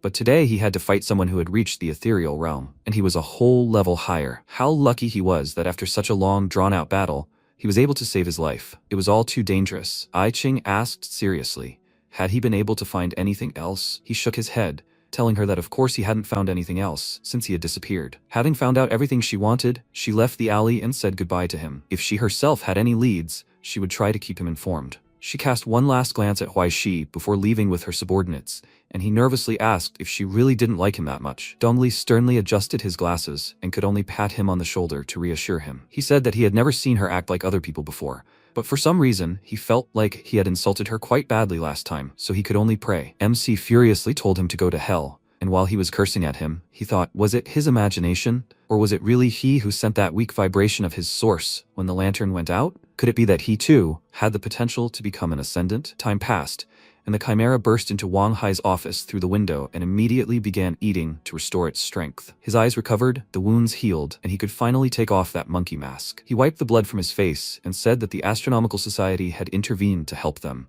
but they had decided to ambush him, and he had almost died there. Since he was the voice of God here, what was he going to do now? Wang Hai remained silent, biting his thumb out of nerves the whole time, and said, now that he had become the Astronomical Society's target, he could no longer remain in Xinhai. Therefore, he suggested that he wait until the end of the final evening mass tomorrow, and then join the sites and leave that same evening. But there are still 6 months until the Chinese New Year, so they will have to work many times harder, and all in order to accumulate a sufficient number of matter sources. God will not blame them for anything. The chimera asked, but what about their mission directly in the quarantine zone? Wang Hai looked as if he had just remembered this, and he could not answer him. Time passed. Huai Shi returned to work, but in his thoughts was only I Ching. He remembered how she once told him that they had not seen each other for a long time, and also that look at her last. Had he really met her somewhere? Suddenly, someone poured wine in his face. The girl exclaimed indignantly, did he come here to work or to click his jaw while sitting on a chair? Or did he decide to come here and start this show-off in front of her? Dongli immediately intervened and hugged her, telling her not to be angry. He was a newbie after all and still did not understand the rules here. He suggested she go get a drink instead. He knew a nice little spot around here. He headed for the exit, casting a worried glance at Huai Shi one last time before leaving with the girl. MC finally breathed a sigh of relief, wiping his face with a towel and laughing, before feeling a sharp pain in his shoulder and grabbing it. His wound was bleeding, and the pain reminded him of last night. He was in grave danger. If he wasn't careful, nothing could save him from death. His current strength was only enough to sprinkle chili pepper on noodles, nothing more. For now, he had no guarantee of his own safety. He leaned back on the sofa, lost in thought, then took out his phone, and thought. He can't say his difficult life had changed dramatically with the appearance of the source in his life, but time passed. Huai Shi had disappeared somewhere, and now Dongli was looking for him all over the building, very nervous. In these 2 days, he's been involved in so many things that don't concern him. Does this guy really take all this so seriously? He went out into the backyard, saw Huai Shi eating street food, and realized that his worries were in vain. He took the hot dog from him and asked if he was really that poor that he decided to eat on the street instead of ordering something inside. He thought he should have become arrogant when he started receiving financial aid. Wasn't that true? And it seems he wasn't mistaken, because now he even dares to buy 2 sausages when buying a hot dog. MC took it from him and said indignantly, he can do that too. Dongli sat down next to him and said that he wanted to reproach him a little, because on his second day of work, he managed to listen to 6 comments addressed to him. How did he even manage to get so much? He asked in response. Maybe it's because he looks so good? Donnelly smiled nervously and asked, he won't be beaten half to death, will he? He'd already had wine poured on his face several times, but that's not what bothers him. Why does he still look like he's okay? He asked. What should he do? If it bothers him, he can go back, force her to her knees, and say, her time is up. If she bullies this poor young man, she'll spend the next 30 years at the very bottom. Donnelly felt uneasy about this, and Huaishi, having finished eating, asked, is there anything else he should be angry about? In fact, if he were so angry about everything, he would have died of anger 5 years ago. He approached the vendor and asked him for another hot dog,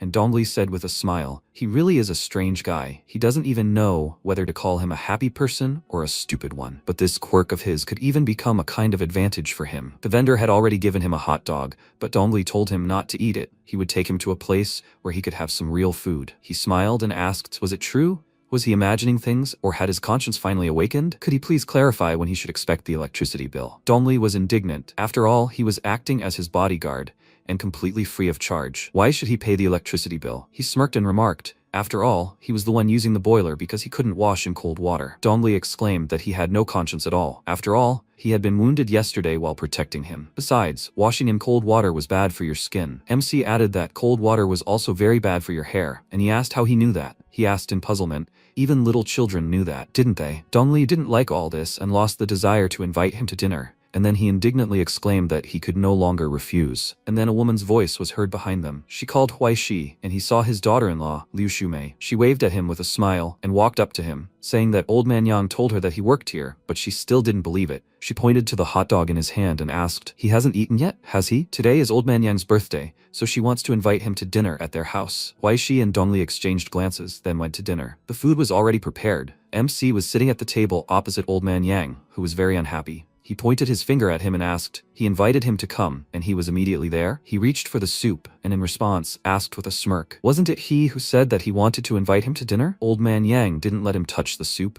and said it was just politeness, and he shouldn't take it seriously. He asked, what would he say then about shoving him into that guy's lair? The man asked irritably in response, wasn't he happy to try on his new role? He even invited his colleague along. It becomes immediately clear that he sees a person's talents from afar. After this, the woman and Donnelly approached the table with plates of food, and they both turned away from each other, looking offended. The woman turned to her husband and asked discontentedly. Little Shi finally came to visit him, and he was making such a somber face. He looked away and nervously asked, who asked him not to pay him a commission for the agent's work? She asked, so he deceived the man, but at the same time is not embarrassed to mention the commission for his work? The man nervously cleared his throat, and Huaishi laughed at him. Then Yang became indignant and told him to quickly start eating. After dinner, Shumei decided to smoke 1 cigarette, and MC worriedly said that she shouldn't do that. She sighed heavily and answered him, it's better to live 1 day less, but in such a way that you live this day to the fullest. And even if he stops all this, the disease will still not go away, and it would be fine if she suffered alone. But no.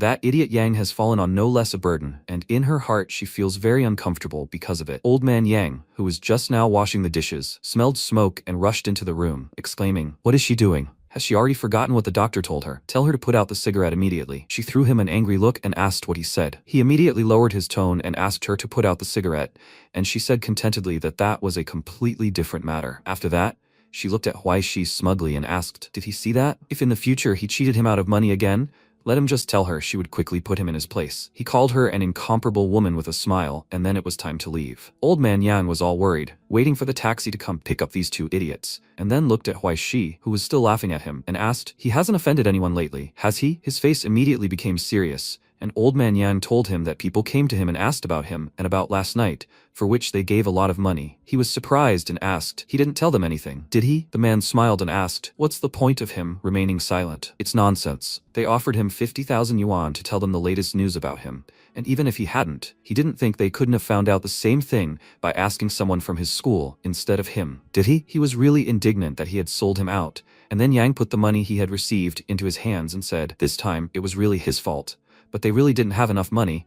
If he was angry, he could take it out on him. Let him take the 20,000 yuan and try to lay low somewhere for the next few days. And he didn't advise him to come back for now. He would try to find out when the situation stabilized, and as soon as it did, he would let him know. MC looked at the money in his hand in surprise. It seemed like this idiot had finally woken up to a conscience. Probably, if it weren't for his wife's illness, he would even be a normal person. Who could have expected that after so many deceptions, his money would finally come back to him? God hadn't abandoned him after all. He asked who the people were asking about him, and he answered that those guys hadn't introduced themselves. They were pretending to be fools. But he wasn't so stupid as to not even glance at the license plate. It seemed like it was a charitable foundation or something like that, and the name was kind of complicated. He scratched his head in confusion, trying to remember it, and then said excitedly, "Goodness and philanthropy." That same night, some man tried to transfer money to the foundation, but he was unsuccessful. Immediately after that, his house was broken into. He quickly took a pistol out of the drawer, but the soldiers fired first and hit him in the shoulder. He fell, dropped the weapon, and when he tried to reach it, the soldiers prevented him from doing so and surrounded him. He was very scared and exclaimed that he surrendered. He wanted to cooperate with the investigation. He would voluntarily turn himself in. They received information about the foundation from him.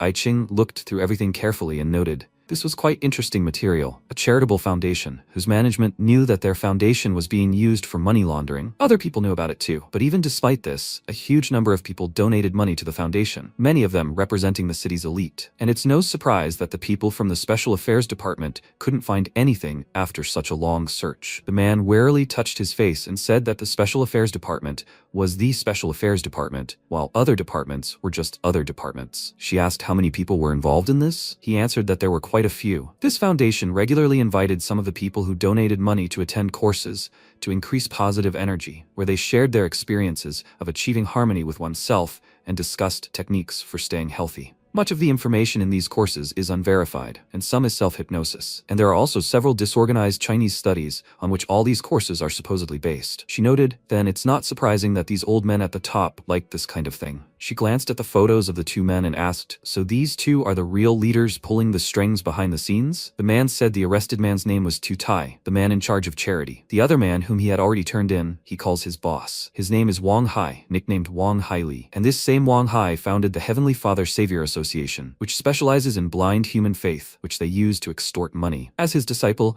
Tu Tai was responsible for laundering money in tandem, which the company obtained by scamming elderly people who donated it to supposed charity. This money was then used in a series of transactions, and it was converted into bearer bonds and an item that retains its value regardless of the circumstances. He initially joined the group for the money, and Wang Hai didn't trust him at all. It turns out that both sides were simply taking advantage of each other. Now that all their deeds had come to light, he would gladly give up everything connected with Wang Hai to protect his own skin, including even all the boss's secrets regarding the sermons. Tu Tai revealed something supernatural. Wang Hai always hid a box, though he didn't know what was inside, but every time he gave sermons, he'd take it with him and open it, and a pleasant aroma would waft from within. When he first smelled it, he felt light, as if he'd been well rested, but most importantly, he wasn't afraid of any difficulties. The people who came to his courses might simply have no idea. They considered him a master, a guru. He, however, thought he was just an old fool who'd gotten hold of illegal substances somewhere. Dongli and I-Ching were very interested in this, and Huaishi exhaled, thinking he was no longer in any danger. The interrogator asked, "Where is Wang Hai now?" He told him that he was planning to escape and had already transferred all the money to his own account,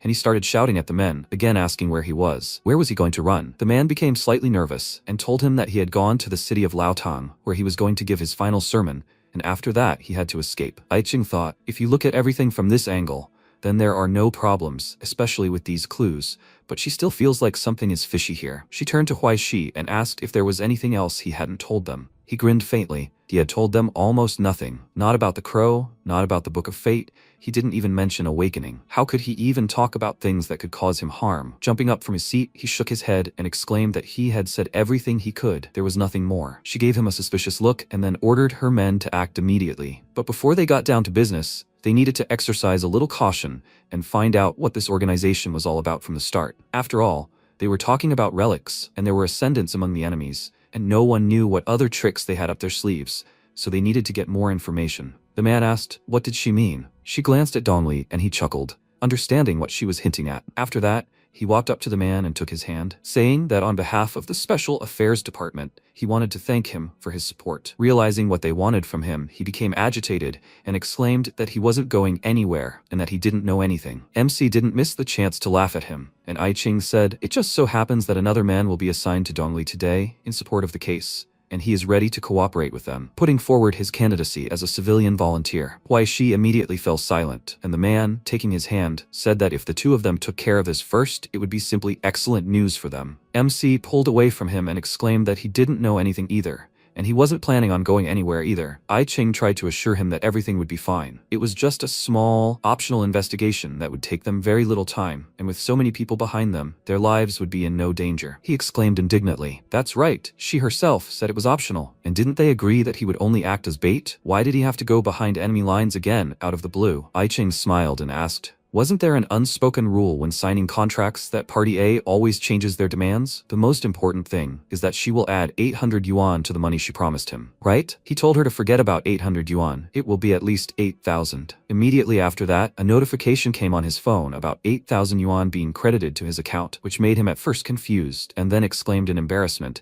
did she really think this pittance would make him bow his head? Immediately after that, another 8,000 was credited to his account. But he continued to insist, trying to squeeze out even more money, shouting, it's life-threatening. What if he really dies there? He doesn't even have money for his burial. This time, she only transferred 700 yuan to him, and while he was frantically checking his bank balance, Dongli approached him and said with a smirk that 700 was already quite a lot. If he could get a coupon, it would be more than enough for him to buy eco-friendly bags for the cremated, and he would definitely give him a box for his ashes. After that, she ordered everyone to get ready to leave, and the soldiers ran into the room, grabbed the two of them, and dragged them away, which didn't even surprise them. Dongli said he forgot to leave a 5-star review and buy wreaths for the farewell, and that he should remember to leave a message asking them to choose a design for his order, and he should definitely choose a style he liked. Wai Shi, furious, told him to go to hell, and that's how they went on an undercover mission. They arrived at the scene with a truckload of pork and started taking out the meat. Some man suggested the driver go get something to eat at a new store nearby. Afterwards, he got out of the truck and told the two that he was going to grab a bite to eat, so he hoped they could handle the unloading without him. He left with his friend, and MC asked if this was even considered a stealth entry. Dongli told him it was easy as pie. It's called a stealth entry to obtain information, but it's better, of course, to sneak in right there and grab the culprit while he's still warm, along with the stolen goods. They went to the river, took off their loader uniforms, and dumped the water. After which Dongli told him to send a notification as soon as he felt something was wrong. He had nothing to fear. He had 100 brothers with rifles at the ready on his side. I Ching had done everything possible to keep them as safe as possible. The Astronomical Society wasn't a vegetarian group, so he had nothing to worry about. He touched his disguise and asked doubtfully, is this really reliable? Wouldn't they recognize them if they looked like this? They had seen their faces. After all, if they were discovered, they would die immediately. Dongli told him not to worry so much. It was a polymer mask. Now even his own mother wouldn't recognize him. He tossed a mirror into his hands, and he asked, what should he do now? The man thought for a second, then glanced at a passing woman with a smirk, and an idea formed in his head. He waved his hand and told him to just stay there. He would buy him a tangerine tree later. Leaving Huaishi confused, he left with the woman, and he thought, didn't he say it would be easy to get inside? And what would happen if he left here? Someone explained to him how he's supposed to even get in there. A raven flew across the sky and landed on the railing nearby, and as soon as MC opened his mouth, he ordered it to be quiet. They were being eavesdropped on. He stared at it in surprise, and the raven shook its head, calling him a stupid child. They were being watched, and yet this little lady's instincts were pretty good. Right now, I Ching was monitoring the situation in the city and him from an observation post. The raven returned to the sky. Huaishi ran after it and it said, he himself is still under suspicion. If he knew, he would never have advised him to cooperate with the Astronomical Society. Besides, he himself is still on the run. MC mentally wondered what nonsense he was talking about, and it answered him. He has been in hiding for long enough. Once upon a time, he held a high position in the Astronomical Society, but now he is a fugitive. Didn't he tell him about this? He cursed. Of course, he hadn't told him that, and the raven told him not to worry so much. She was still unsure. He understood what he was getting at, right? Now this girl would keep him to herself for as long as it took her to beat the truth out of him, and he would advise him to listen to this advice. This time, he really was at a dead end. After that, he sharply flapped his wings and rose high into the sky, and Huaishi looked after him with irritation and thought, his words were completely lacking in persuasive power, and the danger had grown a little. He decided not to dwell on it, looked around, saw an old man leisurely walking along the sidewalk and a couple of shops. This made him calm down. He breathed a sigh of relief and thought that everything here really was slowly declining, because of which fewer and fewer young people wanted to stay here. Besides, Xinhai was experiencing an economic downturn, although that was quite normal. Wait. This could be the surprise that will help him with the infiltration. Even though an image of giants appeared in his head, which were just silhouettes of smoke, he immediately shook his head, trying to get rid of the obsession.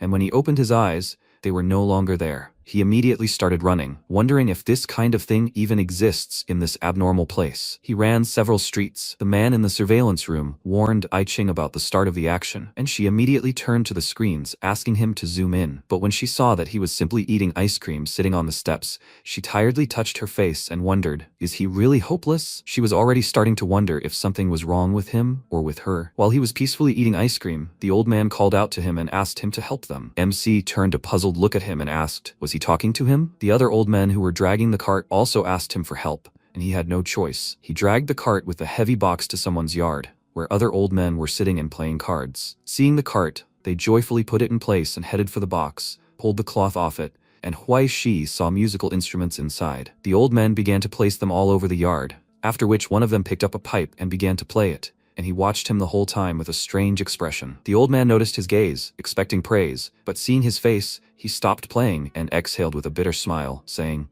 it seems this young man has an ear for music and can recognize good instrument playing. MC immediately began to applaud him, albeit insincerely, and he invited him to play something too. Why she smiled. He was all for it. They'd asked him to, so it wasn't just him trying to show off. He picked up the erhu, a Chinese violin, and decided to show them his divine playing. He drew the bow across the string, and magic began. The music flowed so naturally and beautifully that even the most famous composers and vocaloids would have envied him. After finishing, he glanced at the old men with a grin, thinking they should already be captivated by his skills, but seeing their shocked faces, he actually felt scared. The old man asked his friend where he found this guy. Why hadn't he seen him here before? The MC immediately jumped up and nervously told him that he was new here, having found a part-time job nearby. If they insisted, he was leaving. But the man grabbed him by the shoulder, startling him greatly, and told him not to worry so much. In fact, one of their comrades isn't here today. It just so happens that he's the only one among them who can play the erhu. Could he fill in for him at the church performance tonight? They'll pay him 40 yuan for it and even give him a free meal. How does he like this offer? It was a great stroke of luck. He was supposed to be there. And how did he manage to become an undercover agent so quickly? But he wasn't happy about it at all, and he wondered what he should do. Maybe he should run away while he still had the chance? He was alone now, and if things didn't go according to plan, this adventure could end in his death. He remembered how the raven had told him about being followed,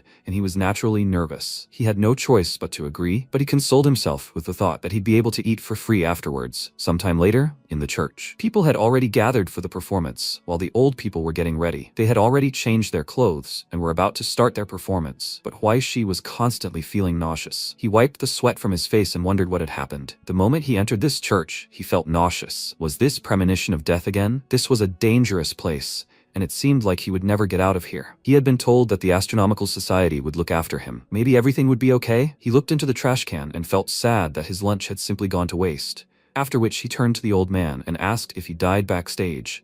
Could it be considered an industrial injury? He was indignant and told him not to even hope for it. He had already eaten everything for free, and everything had been fine before the meal. He couldn't be blackmailed. He could sense people like him immediately. He would eat for free first, and then wouldn't even come in for tea. He was going to file a complaint against him for assault right now. He clutched his heart, and his friend said he would confirm everything. He saw everything very clearly. The youth have completely lost respect for their elders. They immediately start throwing fists. Dongli entered the room, accompanied by old women. He explained the correct rhythm to them, and they laughed, calling him a witty young man. Seeing Huai Shi, he immediately froze, and he gave him a displeased look and asked, did he buy a tangerine tree? Of course, he didn't buy anything, and the MC asked, did he eat? Look, he'd already eaten some bread and stew. Was he jealous of him? Dongli asked. Did he throw up? He remained silent, after which he threw his arm over his shoulder and whispered, why is he even here? Huai Shi responded with a displeased expression. That's what he wanted to ask him. He said nothing and simply left. An announcement was heard outside. And now, dear parishioners, the gospel choir will performed by the Old Tengzhen Cultural Society. The old woman pulled back the curtains and advised the two of them to hurry, and the old man told them to go on stage, but not to refuse handouts. The two exchanged glances, then walked onto the stage to applause and took their seats. The performance began, and the old women jumped around the stage and beat the drums, along with Dongli, which the MC laughed at constantly. Since he was constantly distracted, the old man with the pipe glared at him with displeasure, and he had to get back to work and earn his money. When he started playing, he saw a terrifying picture. Instead of parishioners, they were dead people sitting on the benches, and he had a premonition of death. He became very nervous and was terrified. He dropped his erhu, grabbed Dongli, and ran backstage with him, saying, something is wrong. It's too dangerous here. They need to leave. The man asked him to explain what was going on, and he asked him not to ask about it. They just needed to leave. In his haste, he collided with a man carrying tangerines, and the entire box fell apart. The man began to put them back together without a word, and Huai Shi decided to help him. When the man looked at him, he saw a goldfish in his eye. Meanwhile, Wang Hai was sitting in his office, very nervous. At one point, he turned to his subordinate and ordered him to start right away. Stop putting on these boring performances.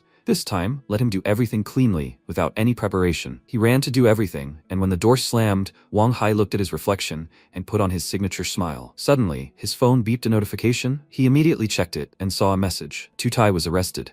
The people from the Astronomical Society are here. He must run. He still has 1 minute. Sensing danger, he immediately grabbed the artifact and ran. Meanwhile, the old woman looked backstage and asked Dongli, "Is something wrong? Is he about to leave already? Without him as their leader, the sisters will be completely upset. Didn't he say everything was fine? Let him wait until the sermon was over, then she'd make him some fish noodles." He replied that he had urgent business and promised to come as soon as he finished, and at that very moment he received a message, the content of which greatly disturbed him. He immediately ran out into the corridor and ran into Wang Hai. They both froze in surprise, unsure what to do, and suddenly a shot rang out. The bullet hit the old woman's hand, and MC warned Dongli of the danger. She wanted to kill him. It turned out that Dongli had received a notice about the closure of this area, and while they were thinking about what to do, the man calmly picked up some tangerines and headed for the exit. He took one last look at the two of them and left. Some time ago, at the headquarters of the Astronomical Society, everyone was closely monitoring the situation. One of the workers said that the recording of the soul radiation tape was complete. The depth index was 0.17. Everything was fine. I Ching, meanwhile, continued to observe the situation. The workers said everything was fine and under control, but for some reason she couldn't shake the feeling of unease. In theory, this was just a minor matter involving a border artifact. An illegal group was using it for personal gain. The main customer had also been found, and to be on the safe side, they'd even increased their intelligence protection forces. The network was about to shut down, but everything was going too well. A thought occurred to her, and she turned to the screens, glanced at them briefly, then opened the compartment on her chair and pulled out a special phone. Seeing this, the man excitedly exclaimed, "What is she thinking? Was this a high alert? Did she want to report this to the governing council? Had she lost her mind? They were about to get caught. If she did this, all their previous efforts would go down the drain." Realizing she had a reason for doing this, he paused for a second and asked what she'd learned. Was there some other major threat out there? She replied, she might be making a big deal out of nothing, but compared to unforeseen circumstances, she'd rather take a risk. He asked, is she also willing to sacrifice her future? She wordlessly tore off the security seal on her phone. The screen activated, and then a hologram with a man's image appeared. I Ching said, number T9631, intern prosecutor of the Eastern Branch of the Governing Council assigned to Xinhai. The man noted that no depth alarm was detected, no traces of boundary erosion, and no signs of higher stigma activity. Let her submit a report and application. She said, guided by the law of the 12 tables, as an intern prosecutor, she requests assistance under Article 9 of the Border Code, as well as the physical lockdown of a 10-kilometer radius around the city of Old Tangzhen, Xinhai Province, Eastern Republic of China, and she requests immediate execution. The man informed her that the application was under review, after which he received a fax. He quickly read it, stamped it, and told her that the application had been approved. Satellite orbit adjustments were beginning. Estimated time to position, 3 minutes. The order to block the city had been given, and proceedings under Article 9 of the Border Code were beginning. He said goodbye to her, saying, anything for the sake of peace. After which the hologram disappeared, and I Ching began to wait. The satellites moved into position and targeted the old city, while the Astronomical Council headquarters at the Greenwich Observatory received the blocking application. A staff member prepared everything, dropped the application into the receiver, and thought something serious had appeared. After that, the application quickly flew through the receiver, arrived in another department, and the man took it and immediately ran to a room containing a huge map of the entire country. While he was walking to his destination, he thought, is this a blocking of this level for a village? And who is this intern prosecutor? He reached the right place, outlined the city in a ring, and this was reflected in the real world. This circle became cracks in the ground. They glowed, and from them grew huge iron bars that covered the entire city with a dome. Now the city was completely isolated. Seeing this, the man was very surprised, and I Ching glanced at the screen and mentally told Huai Shi that they did not have much time. At that moment, Dongli looked at the old woman in surprise. It turned out that MC saw something he did not. The moment he turned his back to her, she was about to hit him. In fact, she was a monster. The old woman grinned, asking, was she really so easily seen through? After that, she showed her true face and turned into a monster, and before she could hit Dongli, he jumped aside. After that, he took off his glasses, used hypnosis on her to make her stop, then snatched the gun from Huai Shi's hands and shot her several times, but she didn't care. Wang Hai took advantage of the situation and started running, and then MC followed him. He jumped and kicked him, ordering him to drop the box, and they both fell on the grass. Huai Shi sat on top of the man and started beating him, asking, So it was he who sent people to him? His mother always said that shutting others up is bad, crimes are bad, and offending people is also bad. And because of him, he had sinned against society. Wang Hai took out a knife and slashed his face with it. Fortunately, he was almost unharmed thanks to the mask. Seeing his face, Wang Hai exclaimed, "So it was him?" He opened the box, grabbed a handful of pollen and threw it at his face, and he immediately closed his airways, but it was too late. The pollen had taken its toll on him, and he saw a bunch of cartoon faces in front of him, and he lost it. To bring himself back to his senses, he bit his lower lip, then grabbed the man by the head and hit him with his forehead, after which he exclaimed, "Does he think he's the only one with such things?" He slapped him in the face and released ash, which immediately made Wang Hai sneeze and cry. MC's head spun, he laughed, still under the influence of both the dust and the pollen, then grabbed his head and thought, only the ashes of the disaster can neutralize this. He closed his eyes and inhaled the ash, his eyes immediately watered, and he began to cry along with Wang Hai. But then, the winner was whoever got over it faster. Huai Shi pulled himself together, grabbed the man, and was about to punch him in the face. But suddenly a gunshot rang out. They both looked in the direction of the sound. It turned out that Dongli had already suffered greatly in the fight with this old woman, and since the bullets weren't affecting her, he was the only one suffering. She pulled off her wig and, with a smirk, advised him to pray instead. But he was already on the verge, and a pool of blood had spread under his feet. He was in no hurry to shoot, and the old woman smirked and asked, "Can't he do anything without dirty tricks now?" He was thinking about how to call the Astronomical Society for help. She rushed to the attack, exclaiming that he no longer had a chance, and before she struck, he fell on his back, dodged, threw away the empty pistol, then took out a second one and thought, he only has 2 bullets, he can't miss. He shot the old woman in the heart, and she immediately fell and began choking on blood. Then he approached her and said that the Astronomical Society's special shotgun was a good thing. She growled, and he fired a second time, finishing her off, then turned to Huai Shi. He looked at him with a smile, glad that he was okay, and Wang Hai took advantage of this to escape. He threw the boy off himself and tried to get out from under him, but he immediately grabbed him, and then Dongli ran up to him and hit the man on the head, causing him to lose consciousness. After that, he asked Huai Shi if he had received a text message in advance since he left so early. That means she treats him well. He tossed him a gun. He saw that he had 2 pupils in each eye and was surprised, asking what the text message was. He showed him a notification on his phone. Old Tangjin would be locked in 3 minutes, so they needed to get out of here immediately. He took the box from the man, then ran to the exit and told Huai Shi to hurry. They needed to get out of here quickly. He watched him go, his attention particularly drawn to the box, and something clicked in his mind. He quietly whispered that the box was so shiny and lovely. Without realizing it, he raised his gun and took aim, and I Ching nervously leaned forward when she saw it on the screens. He aimed at Dongli, exclaimed that the box was his, and then pulled the trigger, and a bullet pierced his chest. Not understanding what had just happened, he glanced at the wound in confusion, then turned a puzzled gaze to Huai Shi, and then fell unconscious. The box must have had some effect on Huai Shi, which is why he did it. The man was shocked to see this, but I Ching remained composed. She ordered fire support to go to their aid, and one of the workers said there was severe interference. The video feed from the cameras in the old city church had disappeared. I Ching was blinded.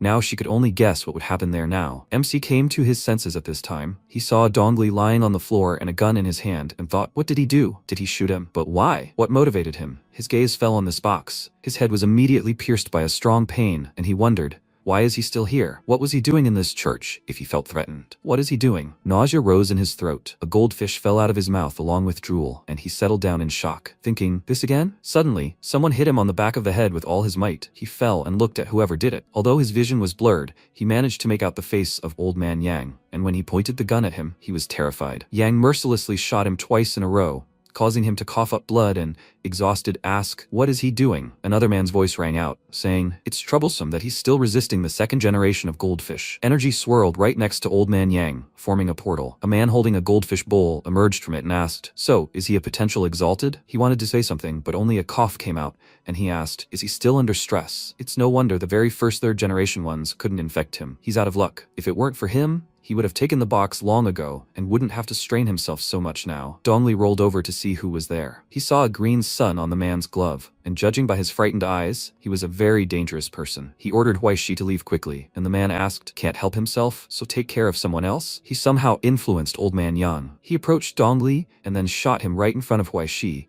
and it seemed that this shot was fatal. After that, he picked up the box, handed it to that man, and MC called out to him in tears, asking why he did it. Do they know each other? There was also a goldfish in Old Man Yang's eyes. The man said that because of others, he got into huge debts, and he had to pay for it himself. Let him not blame him.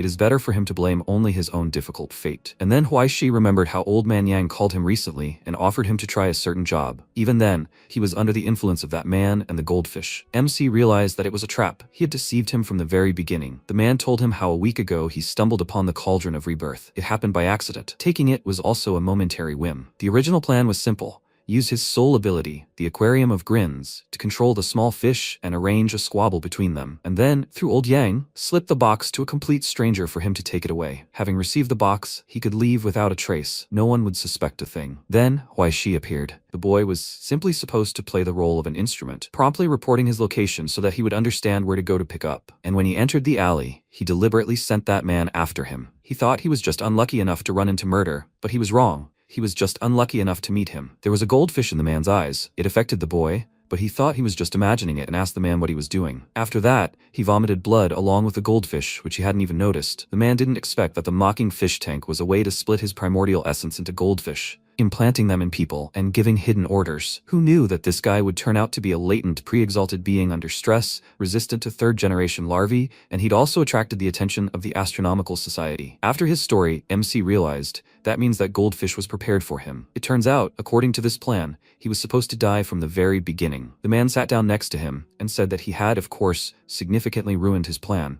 But if the end doesn't change, then what difference does it make how you reach the goal? He grabbed him by the hair, raised his head, and said with a smirk that he was just unlucky. He had already escaped death, but still returned to the path he had prepared for him. People with such a fate are called losers in life. Old Man Yang pointed a gun at him. He cried and thought, he's always had bad luck. There's always some kind of mess in his life. Troubles always happen out of nowhere. He's getting poorer, he's getting sadder, and he's getting more and more terrible. And this is how his end will come. But he wasn't ready to die. He screamed loudly, told it all to go to hell, and blood started pouring out of his mouth again. He grabbed his wounds and said, it hurts so much. He just wanted to live a normal life. He wanted to earn money to make his life better.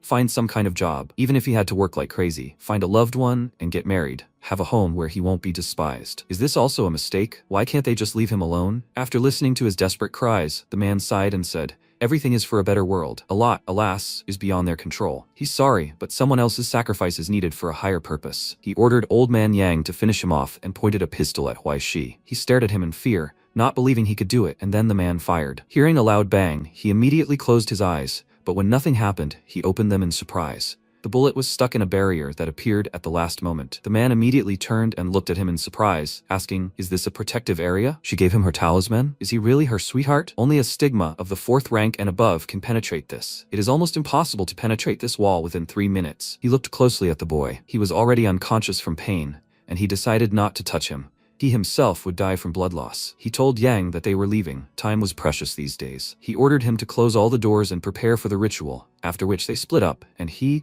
looking at the hiding old men, said, now let's get back to the main course. The old men rushed from the dressing room to the stage, and the man mercilessly shot them all, not even giving them a chance. Then he walked onto the stage, and the parishioners began whispering, not understanding what was going on. They thought it was all part of the show. The man opened the box and released that enticing aroma, thinking, this is an artifact vessel, the best possible for the primordial principle. With this number of people, it should be enough for the initial development of the sacred remnant. He took out the flask and with a knuckle, broke the glass, and the bone slowly began to grow flesh. After this, he tossed it high and pulled the box towards it, exclaiming that it had become an insignificant part of their great work. A bright radiance illuminated the entire hall. This power began to affect the old men, sucking their energy, and the light intensified for a moment and then faded. The parishioners all died, their bodies simply withered. But these lives were not enough for the treasure. The light grew even brighter and blinded the man. Spots appeared on his face. Even he was affected by this power. But he was not going to retreat, and told the treasure to feast to its heart's content. The radiance spread throughout the entire city, and with each life absorbed,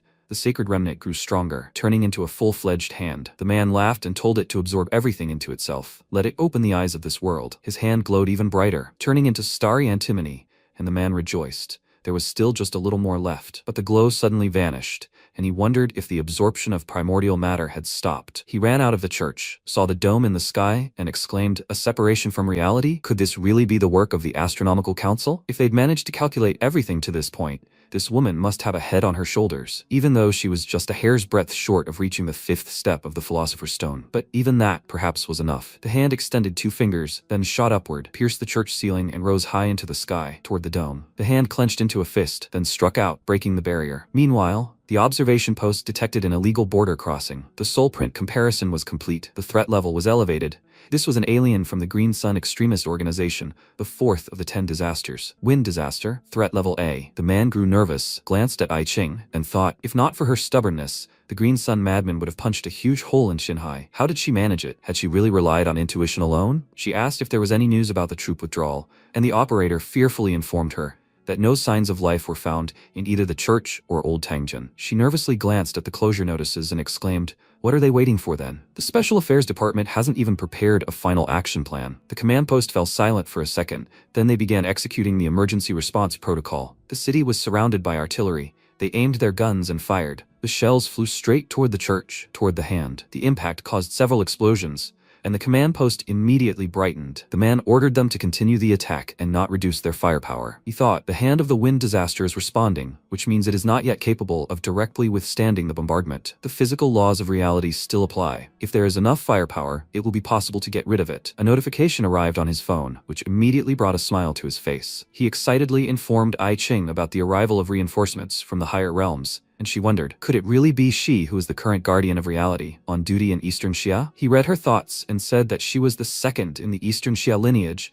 of the 5th rank, the child of the White Emperor. The artillery continued to shell. Ai Ching watched the situation closely, occasionally glancing at the screen with messages from reinforcements. They had just departed 10 minutes ago, and now they were still on their way. She frowned and thought that before, reinforcements were transferred directly through secret worlds, dropped from the sky straight into reality, controlled in less than 3 minutes, and now it was a full 10. Was this really reinforcement? Could they hold out until it arrived? Under a continuous shelling, the arm gave way and fell, which everyone in the command post was very happy about. The arm hit the church with a crash, then suddenly rose into the air, causing a tornado, and everyone realized that they had rejoiced too soon. There was not a scratch on the arm. The guy reported that all the ammunition was out, and the man became nervous. Now their only hope was reinforcements. Hand clenched into a fist, a powerful tornado swirled around the church and began to strike the center of the dome, causing the supports to collapse and the blockade to weaken. Then the hand pierced the dome and leaped beyond it, and the iron bars began to turn into splinters. Reinforcements were on the way. The girl glanced at the dome and said with relief that she had made it in time. The hand of disaster headed toward the city to engulf more people, and then the girl closed her eyes and concentrated, after which she waved her hands several times, releasing energy blades that knocked down the tornado and cut the hand into small pieces. After it was destroyed, a bright flash appeared in the sky. The girl hoped there wouldn't be many casualties, after which she received a call from command, and she excitedly informed them that she was already there. She just got lost on the way. It was true. Their reset system was definitely glitching. She would reach the church in 5 minutes. Despite all the attacks, the man had survived. Right now, he sat amid the rubble, trying to cope with the pain, but his goldfish had died. He looked up and appealed to the heavenly ruler, the great power of heaven and earth, the freedom of divine magic, but it was too late. The girl arrived on the scene and immediately attacked, blades flashing behind the man. He immediately assumed a defensive stance and pulled out his artifacts, but they were of no use. Her blow left deep indentations in the floor, and eventually the man was hit. He fell to his knees, clutching his bleeding wound and appealing to the heavenly ruler again. Suddenly, a bright light appeared at the entrance to the church. Using flashlights to illuminate their path, the soldiers burst inside and immediately began firing at their target. Then the man stepped back and threw a playing card in front of him. He found himself inside it, and when the card folded several times, he disappeared. The soldiers reported this to headquarters, after which the church exploded. Meanwhile, at the entrance to the basement, MC finally woke up. He saw the worried face of old man Yang in front of him. That energy had affected him too, so now he really was half an old man. He put the two of them on the blanket, wrapped them in it, and pushed them. They rolled for a few meters. He saw that Huaishi had woken up and said that he had no idea what had happened, but it seemed he was at fault. As soon as he got back, let Shumei cook something, and they would be even. He asked for his forgiveness and burst into tears. He had to save her. Only he could do it. He pushed them again. They rolled to the stairs, and while he was pushing them further, his wife called him. He pushed the blanket with the two of them down the stairs and shouted goodbye to Huaishi that he must definitely survive. The blanket opened, and they rolled down, hitting the steps. MC took one last look at Yang, who watched them fall with a worried expression, then closed the door to the dark basement. When Huaishi reached the end of the stairs, he lost consciousness. Meanwhile, soldiers were searching the church ruins. They reached the basement entrance, where Yang was sitting, blocking the passage. Seeing them, he grinned and said that someone had asked him to pass something on to them. He jumped up and spread his arms out to the sides, exclaiming,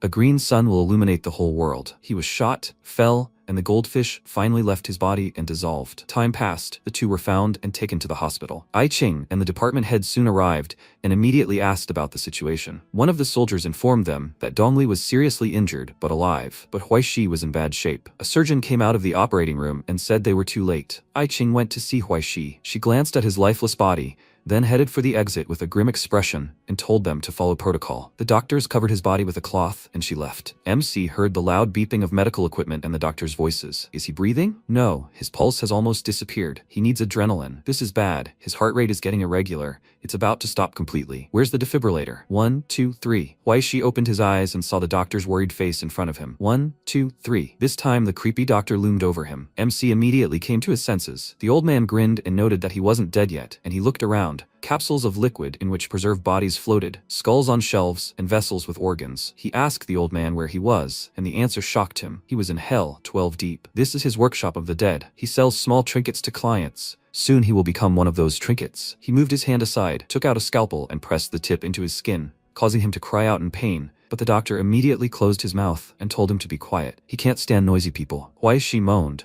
The doctor made another incision and said that he was going to die anyway. He can't die quietly? Another incision. MC was in great pain, but he endured. The doctor said that there were many like him. Many crossed the border and ended up in hell. Let him be patient and just die. His soul has not yet dissipated. Huaishi offered to negotiate with him. Actually, he still wanted to live. Let him go. The doctor immediately refused him. He had already bought his body. Is this how to run a business? He put his arm muscles in a jar and told him to look at himself. His soul was empty. He had only a few days to live anyway. His life force was still bubbling over, but he was no longer a tenant. He should just die, and that would be the end of it. He put a sticker with his name on the jar and said that he couldn't die here. The doctor asked why that was. Anyone could die. He had seen many. They all thought they were very important, that they played a vital role in this world. But when they got there, they died, and the world moved on. The sun rose as if nothing had happened. Reality didn't stop because they were gone. That meant they were wrong. They were no different from anyone else. He put his hand into the incision and said that once you're born, death is inevitable, even for gods. While he was rummaging around in his insides, he groaned in pain and he continued, 100 years, 200 years, you still watch the world change. And when 1,000 years pass, even a god will get bored. What can we say about him then? MC declared that he still doesn't want to die. He looks at him and sees a weakling, but in reality, he's a strong guy, doesn't cry, and such tears are worth their weight in gold. Maybe he'll let him go after all? The man refused, and he even dies miserable. Huaishi said that he himself isn't happy about this, and if he had let him go, there wouldn't have been any problems. The man thought for a second,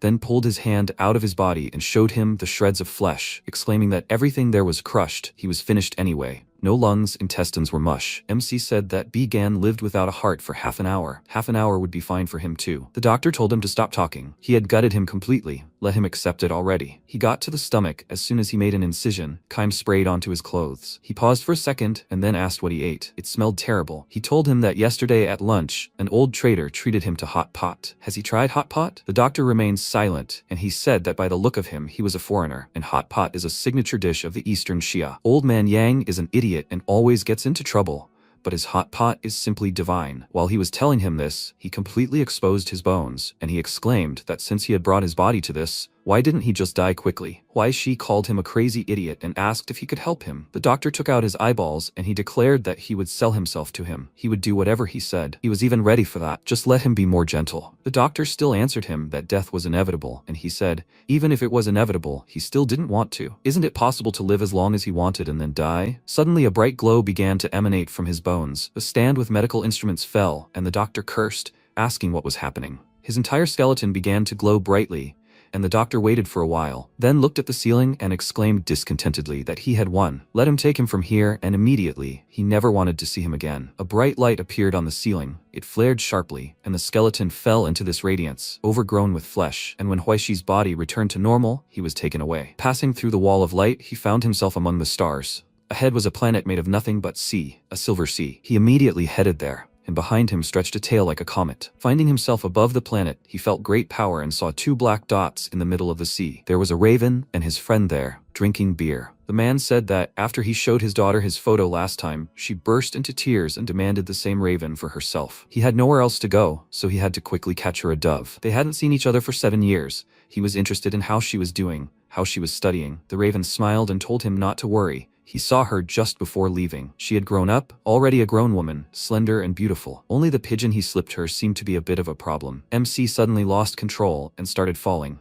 and seeing a bright trail in the sky, the raven said that his contractor had left. The man remarked that he looked ordinary. What's so special about him? He asked in response, if he's good because he plays the cello well, does that count? Can it be used when passing the college entrance exams? He asked, is it really that great? And what's the secret of success? He sighed and answered him, it's probably talent. Others aren't given this. He threw the can of beer aside and said that it was time for him to go. But come to that, he is the guardian of the Silver Sea, one of the 7 original enemies of the world, and he will let him go calmly? The man looked at him thoughtfully, then said with a smile that he didn't care. He only had to start his shift in 2 days. He'd been chilling here for 7 years. Can't he really relax like a human being in his last days? He thanked him, then flapped his wings and took off. While they were chatting, Huaishi had already managed to take a bath in the sea, and finally the raven arrived. As soon as his paws touched the water, he turned into his true form, a beautiful girl, which greatly surprised MC. She approached her contractor and, smiling, extended her hand to him, saying that it was time for them to leave. She would take him home. That night, a bright glow appeared in the estate. All the pages flew out of the book and burned, all but one,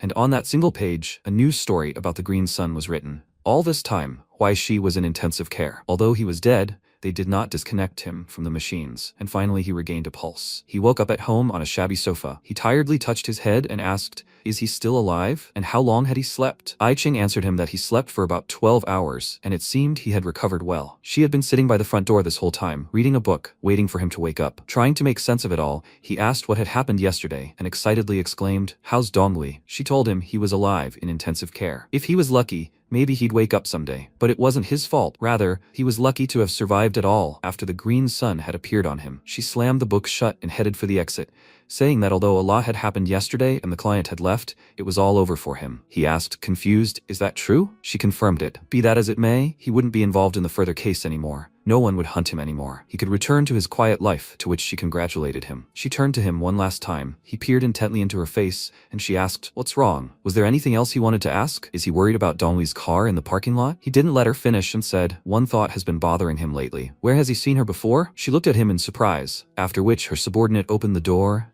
and said, if he doesn't remember, it's okay. It's nothing important anyway. Just let him forget about her. She needs to leave for Jinling with a report.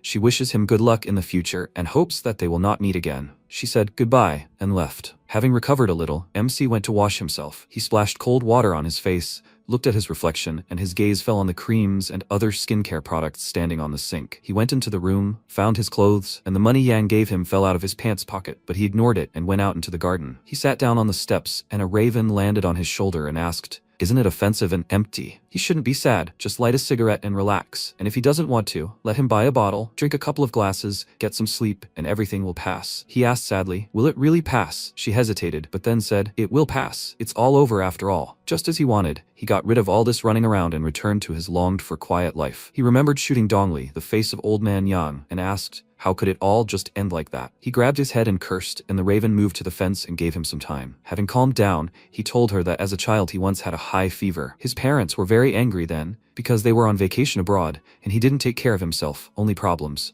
They gave him some money so he could go to the hospital himself, but he felt so bad and sleepy that he didn't go. He fell asleep right on the couch in the living room. He had all sorts of strange dreams then, like he had grown wings and was flying in the sky, like this old house could talk, wipe his sweat and pour water for him. And then he heard someone climbing over the wall. Someone in a mask climbed into the house from the yard, with a knife in his hand. He hid behind the door and was afraid to breathe. He was very scared. If that person had found him, he probably would have died. He didn't want to die, so he killed him. He hid behind the door and chopped him on the back of the head with an axe. Then he buried the body in the garden, lay back in bed and pretended that nothing had happened. Nothing at all. And then he had many more dreams. Surprisingly, the fever was gone in the morning. He went to a small hill behind the fence and said that he was really very lucky. At first, he was very afraid that someone would come to arrest him or find what he buried in the garden. But so far, it seems, no one has found anything. If he hadn't hidden it then, he wouldn't have to suffer so much now. No, if he had been killed then, he wouldn't live the way he does now. He felt disgusted with himself. She said that he didn't have to torture himself. Hadn't he thought about that option? Maybe it was just one of those nightmares when he had a fever. He agreed with her. Anything is possible. He bought shovels many times but then lost them again.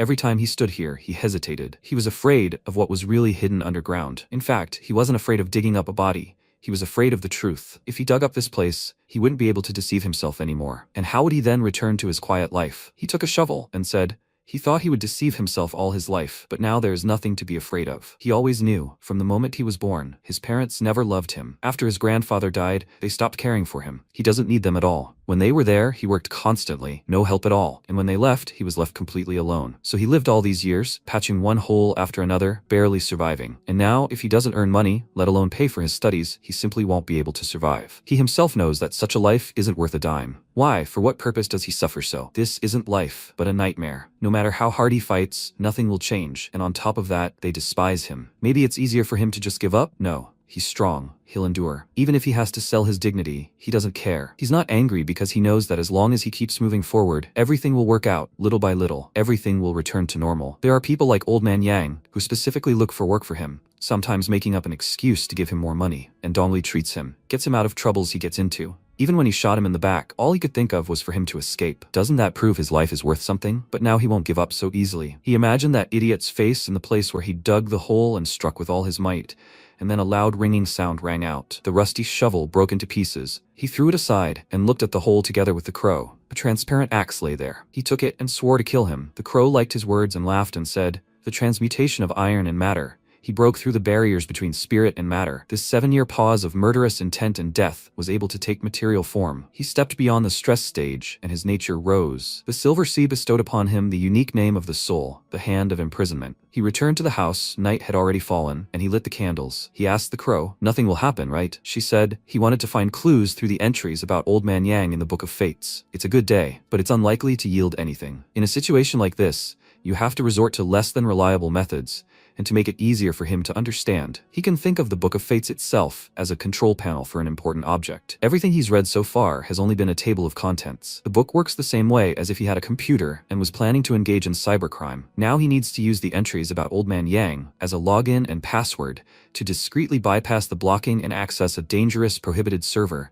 and then find Yang's browsing history. Besides the fact that the ISP monitors traffic, there's also the risk of contracting Trojans and viruses. Does he understand what you're talking about? He asked if he could die. She told him that wasn't true. At best, he'd live, but worse than death. He chuckled and said that this was his ordinary life, so she shouldn't drag it out and get down to business. She said contentedly that with such an attitude, she was at peace for him, after which she ordered him to take out the Book of Fates and turned into a pen, a branch of events. When Huaishi woke up, the book moved from a physical object into his consciousness, so he could constantly carry it with him, and now he took it out with ease. He opened the book, she wrote something on the page and said, fortunately she had grabbed quite a few substances back in Laoshan City. Otherwise he wouldn't have even been able to pay. As soon as the download was complete, he was sucked into the book, and she warned him. As soon as he entered, he should only stay on the periphery. No liberties, no looking around or touching anything. Let him do only what he came for, nothing more. And he also needed to hold a candle in his hand, and as soon as the flame went out, he was to immediately return. He had his 3 minutes. After that, he found himself in a dark library, lit only by the flame of his candle. He looked around and saw a huge eye of a creature staring straight at him in the middle of the bookshelves,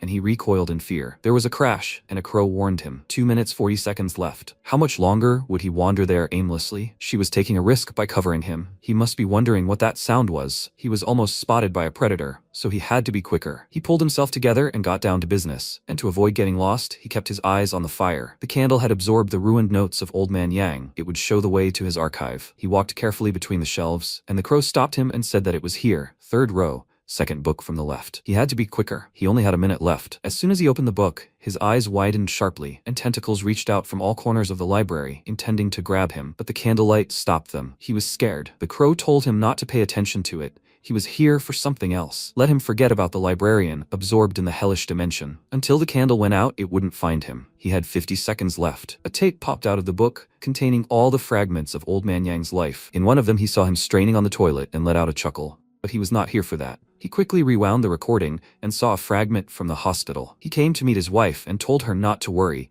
He now had money. At the end of the month, he would transfer her to the regional hospital. He had already made arrangements with a specialist. She would recover in a couple of years, give birth to a strong man or a girl. He would be happy with a daughter. MC felt sad about this. He rewound the recording and learned that all this time, Old Man Yang was trying his best to earn money. And then this hand appeared. A shout was heard. Huaishi, can he handle it? 20 seconds left, he replied. Soon, very soon. Yang asked, Tachikawa is short a cellist at the reception, right? No problem, he'll take it. Yeah, he saw that guy Huaishi. Okay, then they had a deal. He hung up and laughed, saying he'll be happy. I need to tell him first. He got up from the couch and said, Driver 4 is here. They told him that was great and he should go. The MC screamed loudly. What? A nightmare like waves of a silver sea carried him here. Huaishi ordered him to come back immediately. He's in trouble. The MC screamed, almost. Soon, he's almost found it. He He quickly scanned the system windows when suddenly a premonition of death appeared. His body began to get tangled more and more in his hair, and he screamed, "Come on, faster!" He could hardly see anything anymore, when suddenly he screamed, "Yes!" He chopped his hair and ordered him to get out. The crow said he had completely lost his mind. Just a little more, just a little bit. His womb would have dissolved there and would have remained forever at a depth of 27 in hell with all this evil. That thing remembered him until he gets to the 5th rank and becomes crowned. He shouldn't even think about going there. Why, she said, he found it. He found it. The crow flapped its wing and said, "By the way, yesterday's events made front-page news in East Asia. After all, there was an emergency mobilization. Even Baidizi was involved. Nothing can be hidden from these flies." MC Dude sat down on the sofa and asked again, "Tomorrow's news? It's that lousy newspaper that tells everything but the truth." The crow answered thoughtfully, "If he pays, sometimes they tell the truth. Probably. Yet this is the largest, most expensive, and most unscrupulous group of informants and intermediaries along the entire border. For ordinary people, news is easy to buy, but when it comes to news about the exalted, they're usually very gullible." Why, she looked at his phone screen and said, "That's it." Crow said the identity of the main culprit has also been revealed, an exalted of the 3rd rank. He used to be a Roman praetorian, then disappeared without a trace for several years. When he reappeared in Baghdad, he was already a member of the notorious extremist organization Green Day. After joining Green Day, according to the rules, he erased his name. Only a call sign remained. One can only say it's very figurative. MC said he didn't expect today's extremists to be so seemingly decent. Crow said, "Yeah, right. They say that in recent years he's been running around the world for Green Day, secretly gathering forces. By the way, his ability is called Mocking Aquarium. He's experienced this before, so he must have sensed it. He divides his essence into goldfish and implants them into other people's bodies, then secretly gives orders." Why, she looked at her in surprise. The crow said that until the fish are fully hatched, they are very difficult to detect, but they can only give simple orders. After hatching, they completely transform the host into their puppet. There are 7 fish in total. If they are lost, it will take a very long time to replenish them. Also, the stigma implanted in him belongs to the tombstone branch, which has already reached the 3rd stage. Legendary undead with astonishing vitality, they say that as long as the brain is intact, life is not in danger. The peculiarity is that the stigma allows one to dissolve one's own presence and become invisible. Once he activates the stigma, even in a crowded place, no one will pay attention to him. This skill would be well suited for a certain yellow-black website. The downside is that invisibility only affects a person's subjective perception, so it doesn't affect cameras, photographs, or reflections. MC asked, "Did they really find out everything in such detail?" The crow replied, "Yes. Otherwise, how would they sell it?" Why, she opened the bank and screamed loudly, "He worked like crazy and earned over 20,000. Where's his money? He couldn't buy something cheaper." The crow replied, "Cheap doesn't mean good. Besides, since he was going to certain death, he wouldn't need the money anyway, right?"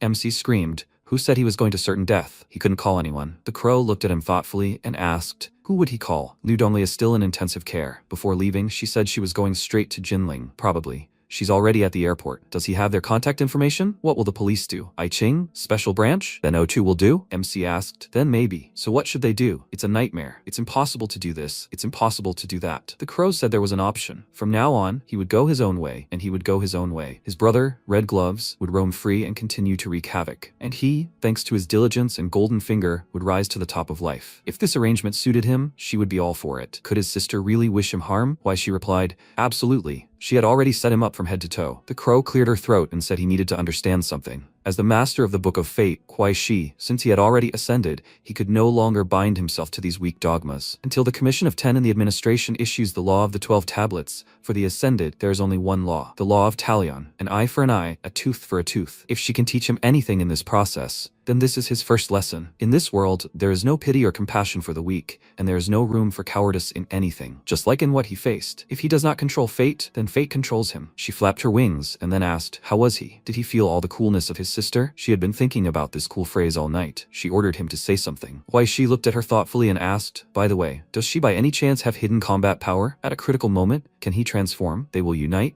She will turn into armor, and he into a knight." The crow turned away and told him not to talk nonsense. Such things only happen in manga. MC asked discontentedly, "Then why talk so much? Should he go chop that guy down with an axe alone?" The crow told him not to worry. If there is no gun, no weapon, he can count on the help of allies. Why, she looked at the car and broke the glass.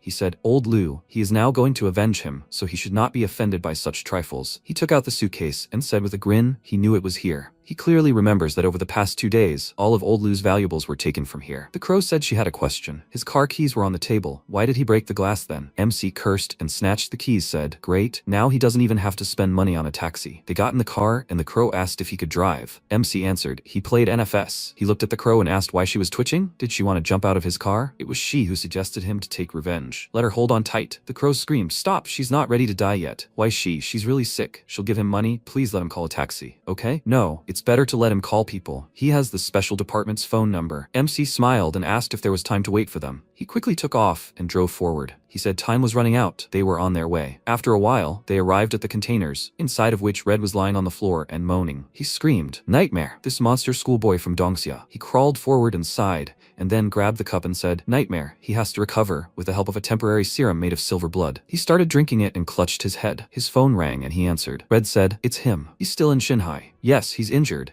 The bleeding still hasn't stopped. It's good that he had his 4 of spades, otherwise he would have definitely been captured. Now all of Shanghai is already riddled with agents of the Astronomical Society. The backup shelters have been exposed. There's no need to worry. He'll leave at midnight. He has his own route. He won't leave a trace." A voice came from the phone. Even though the encirclement in Shanghai hadn't been pulled out, it didn't affect the overall picture. His mission had already been completed. They'd soon be able to pave the way to Shanghai. If the situation became critical, he needed to act at his own discretion. First of all, let him take care of himself. Red burned the papers and returned to his usual appearance. He created a flow of mana and walked to the exit. At that moment, the car MC was driving crashed into the container. He asked, "Have they arrived?" The crow replied, "They have." He climbed out the window, and the crow asked, couldn't he find parking or something? Even if she said they would act directly, he shouldn't be so stubborn as to rush in with a car. Why, she said she'd forgotten how clumsy his hands were. Even if they had parked, he still didn't have the money to pay for parking. The crow replied, then he could just abandon the car and pay Lu Dongli after he's discharged from the hospital. MC asked,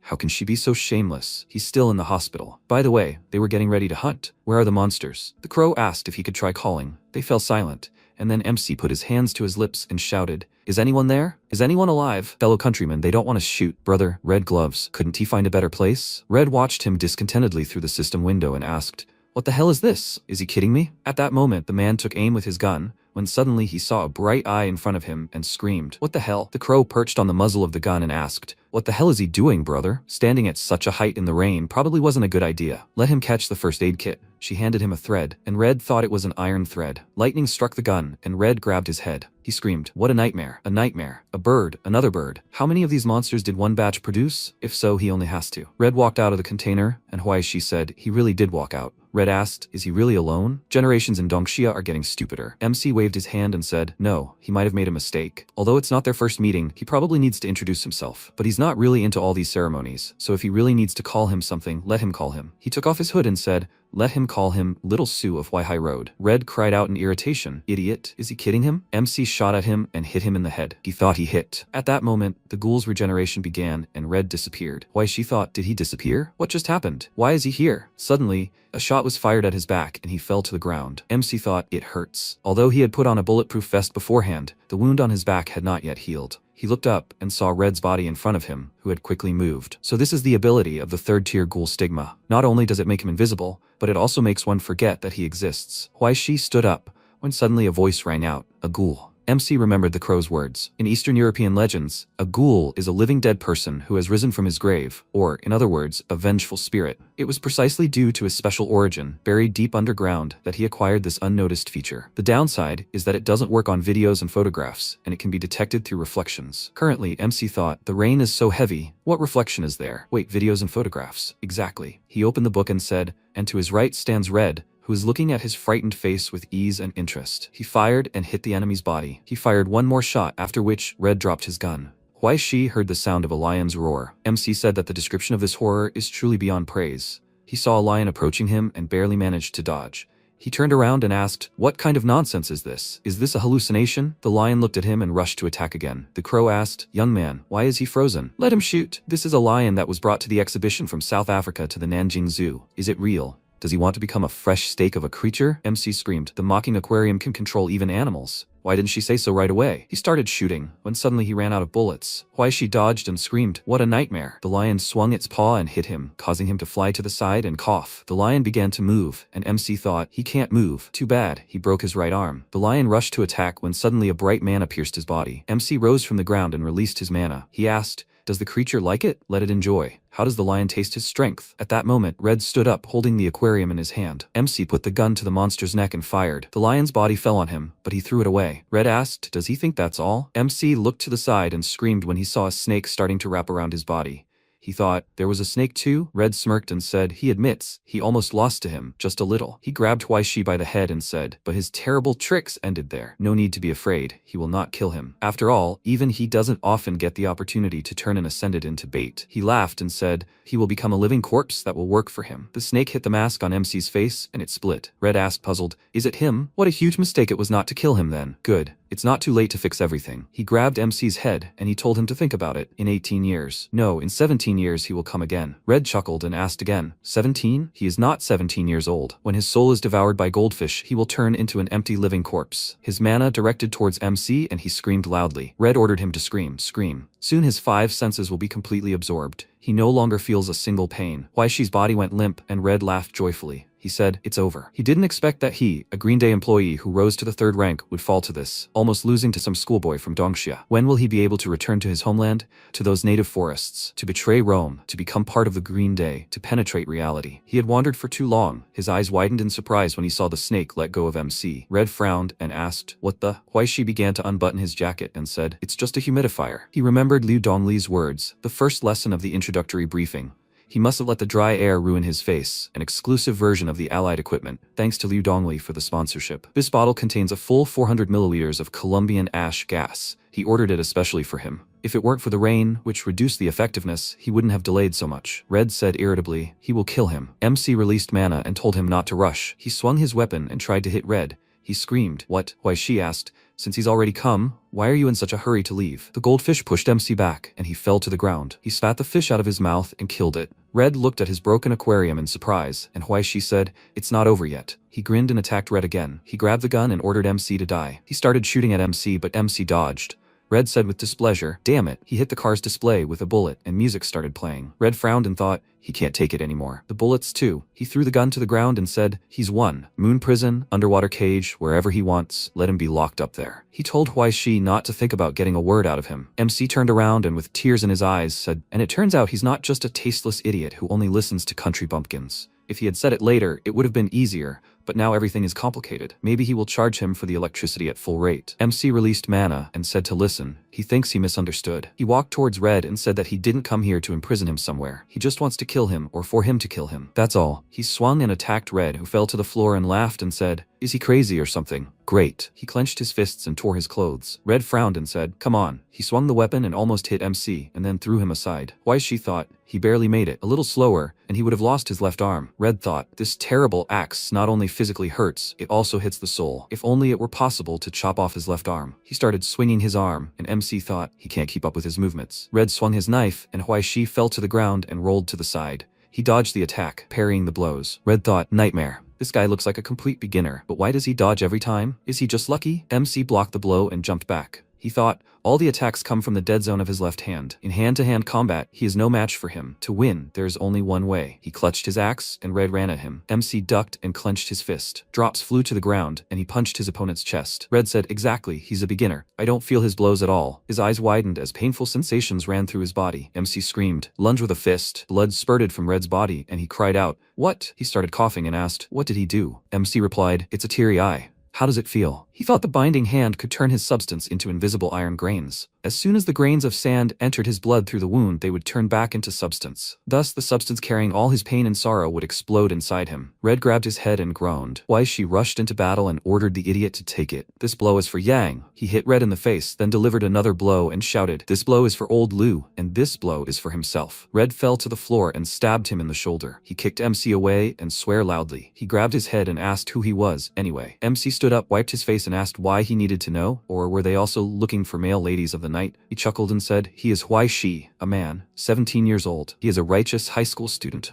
I guess. He released his mana and said, it's time to end the show, buddy. He rushed to attack and screamed. Once again, he punched Red in the stomach and stabbed the knife that was just in his shoulder. Huaishi said goodbye to Red gloves. Red looked at him and thought, so the high school students from Dongxia are also a bunch of monsters. The car exploded and Red's body with it. Crow said, it's finally over. Beautiful, he did well, Huaishi. MC looked at this carefully and said, They will definitely die one after another. A long, long time ago, and a very, very long time ago. After a while, he was surrounded by many cars. He covered his face with his hand and looked around. Chief Fu came out to him and asked where Red Gloves was. MC replied, he's dead. Chief Fu asked, did he kill? Huaishi smiled and replied, it was actually a bald hero passing by. Just when he was about to be killed, he suddenly fell from the sky and saved him. With one palm, he finished off Red Gloves, then dusted himself off and left. If he wants his name, you can call him Super Su of Huai Hai Road. At that moment, Chief Fu looked at the screen of his tablet, where the camera footage of MC fighting Red was clearly visible. He thought, so he's ascended. He single-handedly killed a third-rank employee from Green Day and still got off so easily. This guy. MC was handcuffed, and Chief Fu asked, before he cooperates with them in the investigation, does he have anything to say? A voice rang out, Chief Fu, where is he going to take an employee of the Astronomical Society? If she's not mistaken, the special department has the authority to supervise members of the Astronomical Society. But matters of detention, and trial fall under the purview of the country's central governing council, right? MC turned around and saw Ai Ching. She said, besides, today he just introduced the Astronomical Society, which destroyed the green packaging in the ridge. That is, the bright green button. No matter how you look at it, they have no authority. Chief Fu asked, a member of the Astronomical Society? Since when is that so? Ai Ching replied, 5 days ago, when Huaishi volunteered to be the bait, he signed an agreement to provide civilian voluntary assistance to the Astronomical Society. The term is 1 month. That is, he is still a temporary employee of the Astronomical Society. If he has any doubts about this battle, let him ask questions. Tomorrow or the day after, she will bring him to the special department and explain everything in detail. But for now, could they please remove his handcuffs? Chief Fu said it was the first time he'd heard her address him like that. He was flattered. He turned around and said, no need to get cocky, little one. He hoped he wouldn't have to see him in the special department prison in the future. After a while, MC was released, and he asked, by the way, she went to Jinling, didn't she? Ai Ching replied, she was lying. She felt he was hiding something from her, so she put a tracker in his pocket and watched from start to finish. Is he angry? Huaishi took out the tracker and replied, a little. He thought about it, but when she managed to put it down, Ai Ching threw him something, which he barely managed to catch. She said he could be angry if he wanted. Huaishi asked, what is this? She replied, this is his ID. MC looked at it and at her thoughtfully. Ai Ching replied, now he is the executive secretary of the Shinhai Prosecutor's Office at the East Asian branch of the Astronomical Society. MC didn't understand anything and froze with a stupid smile on his face. Ai Ching replied that frankly she didn't care what exactly he was hiding, but if he didn't want to go to prison for murder, let him, so to speak, work hard for her. Huaishi pointed at himself and asked, is he a secretary? Was he recruited? Ai Ching replied, not recruitment, but serving a sentence.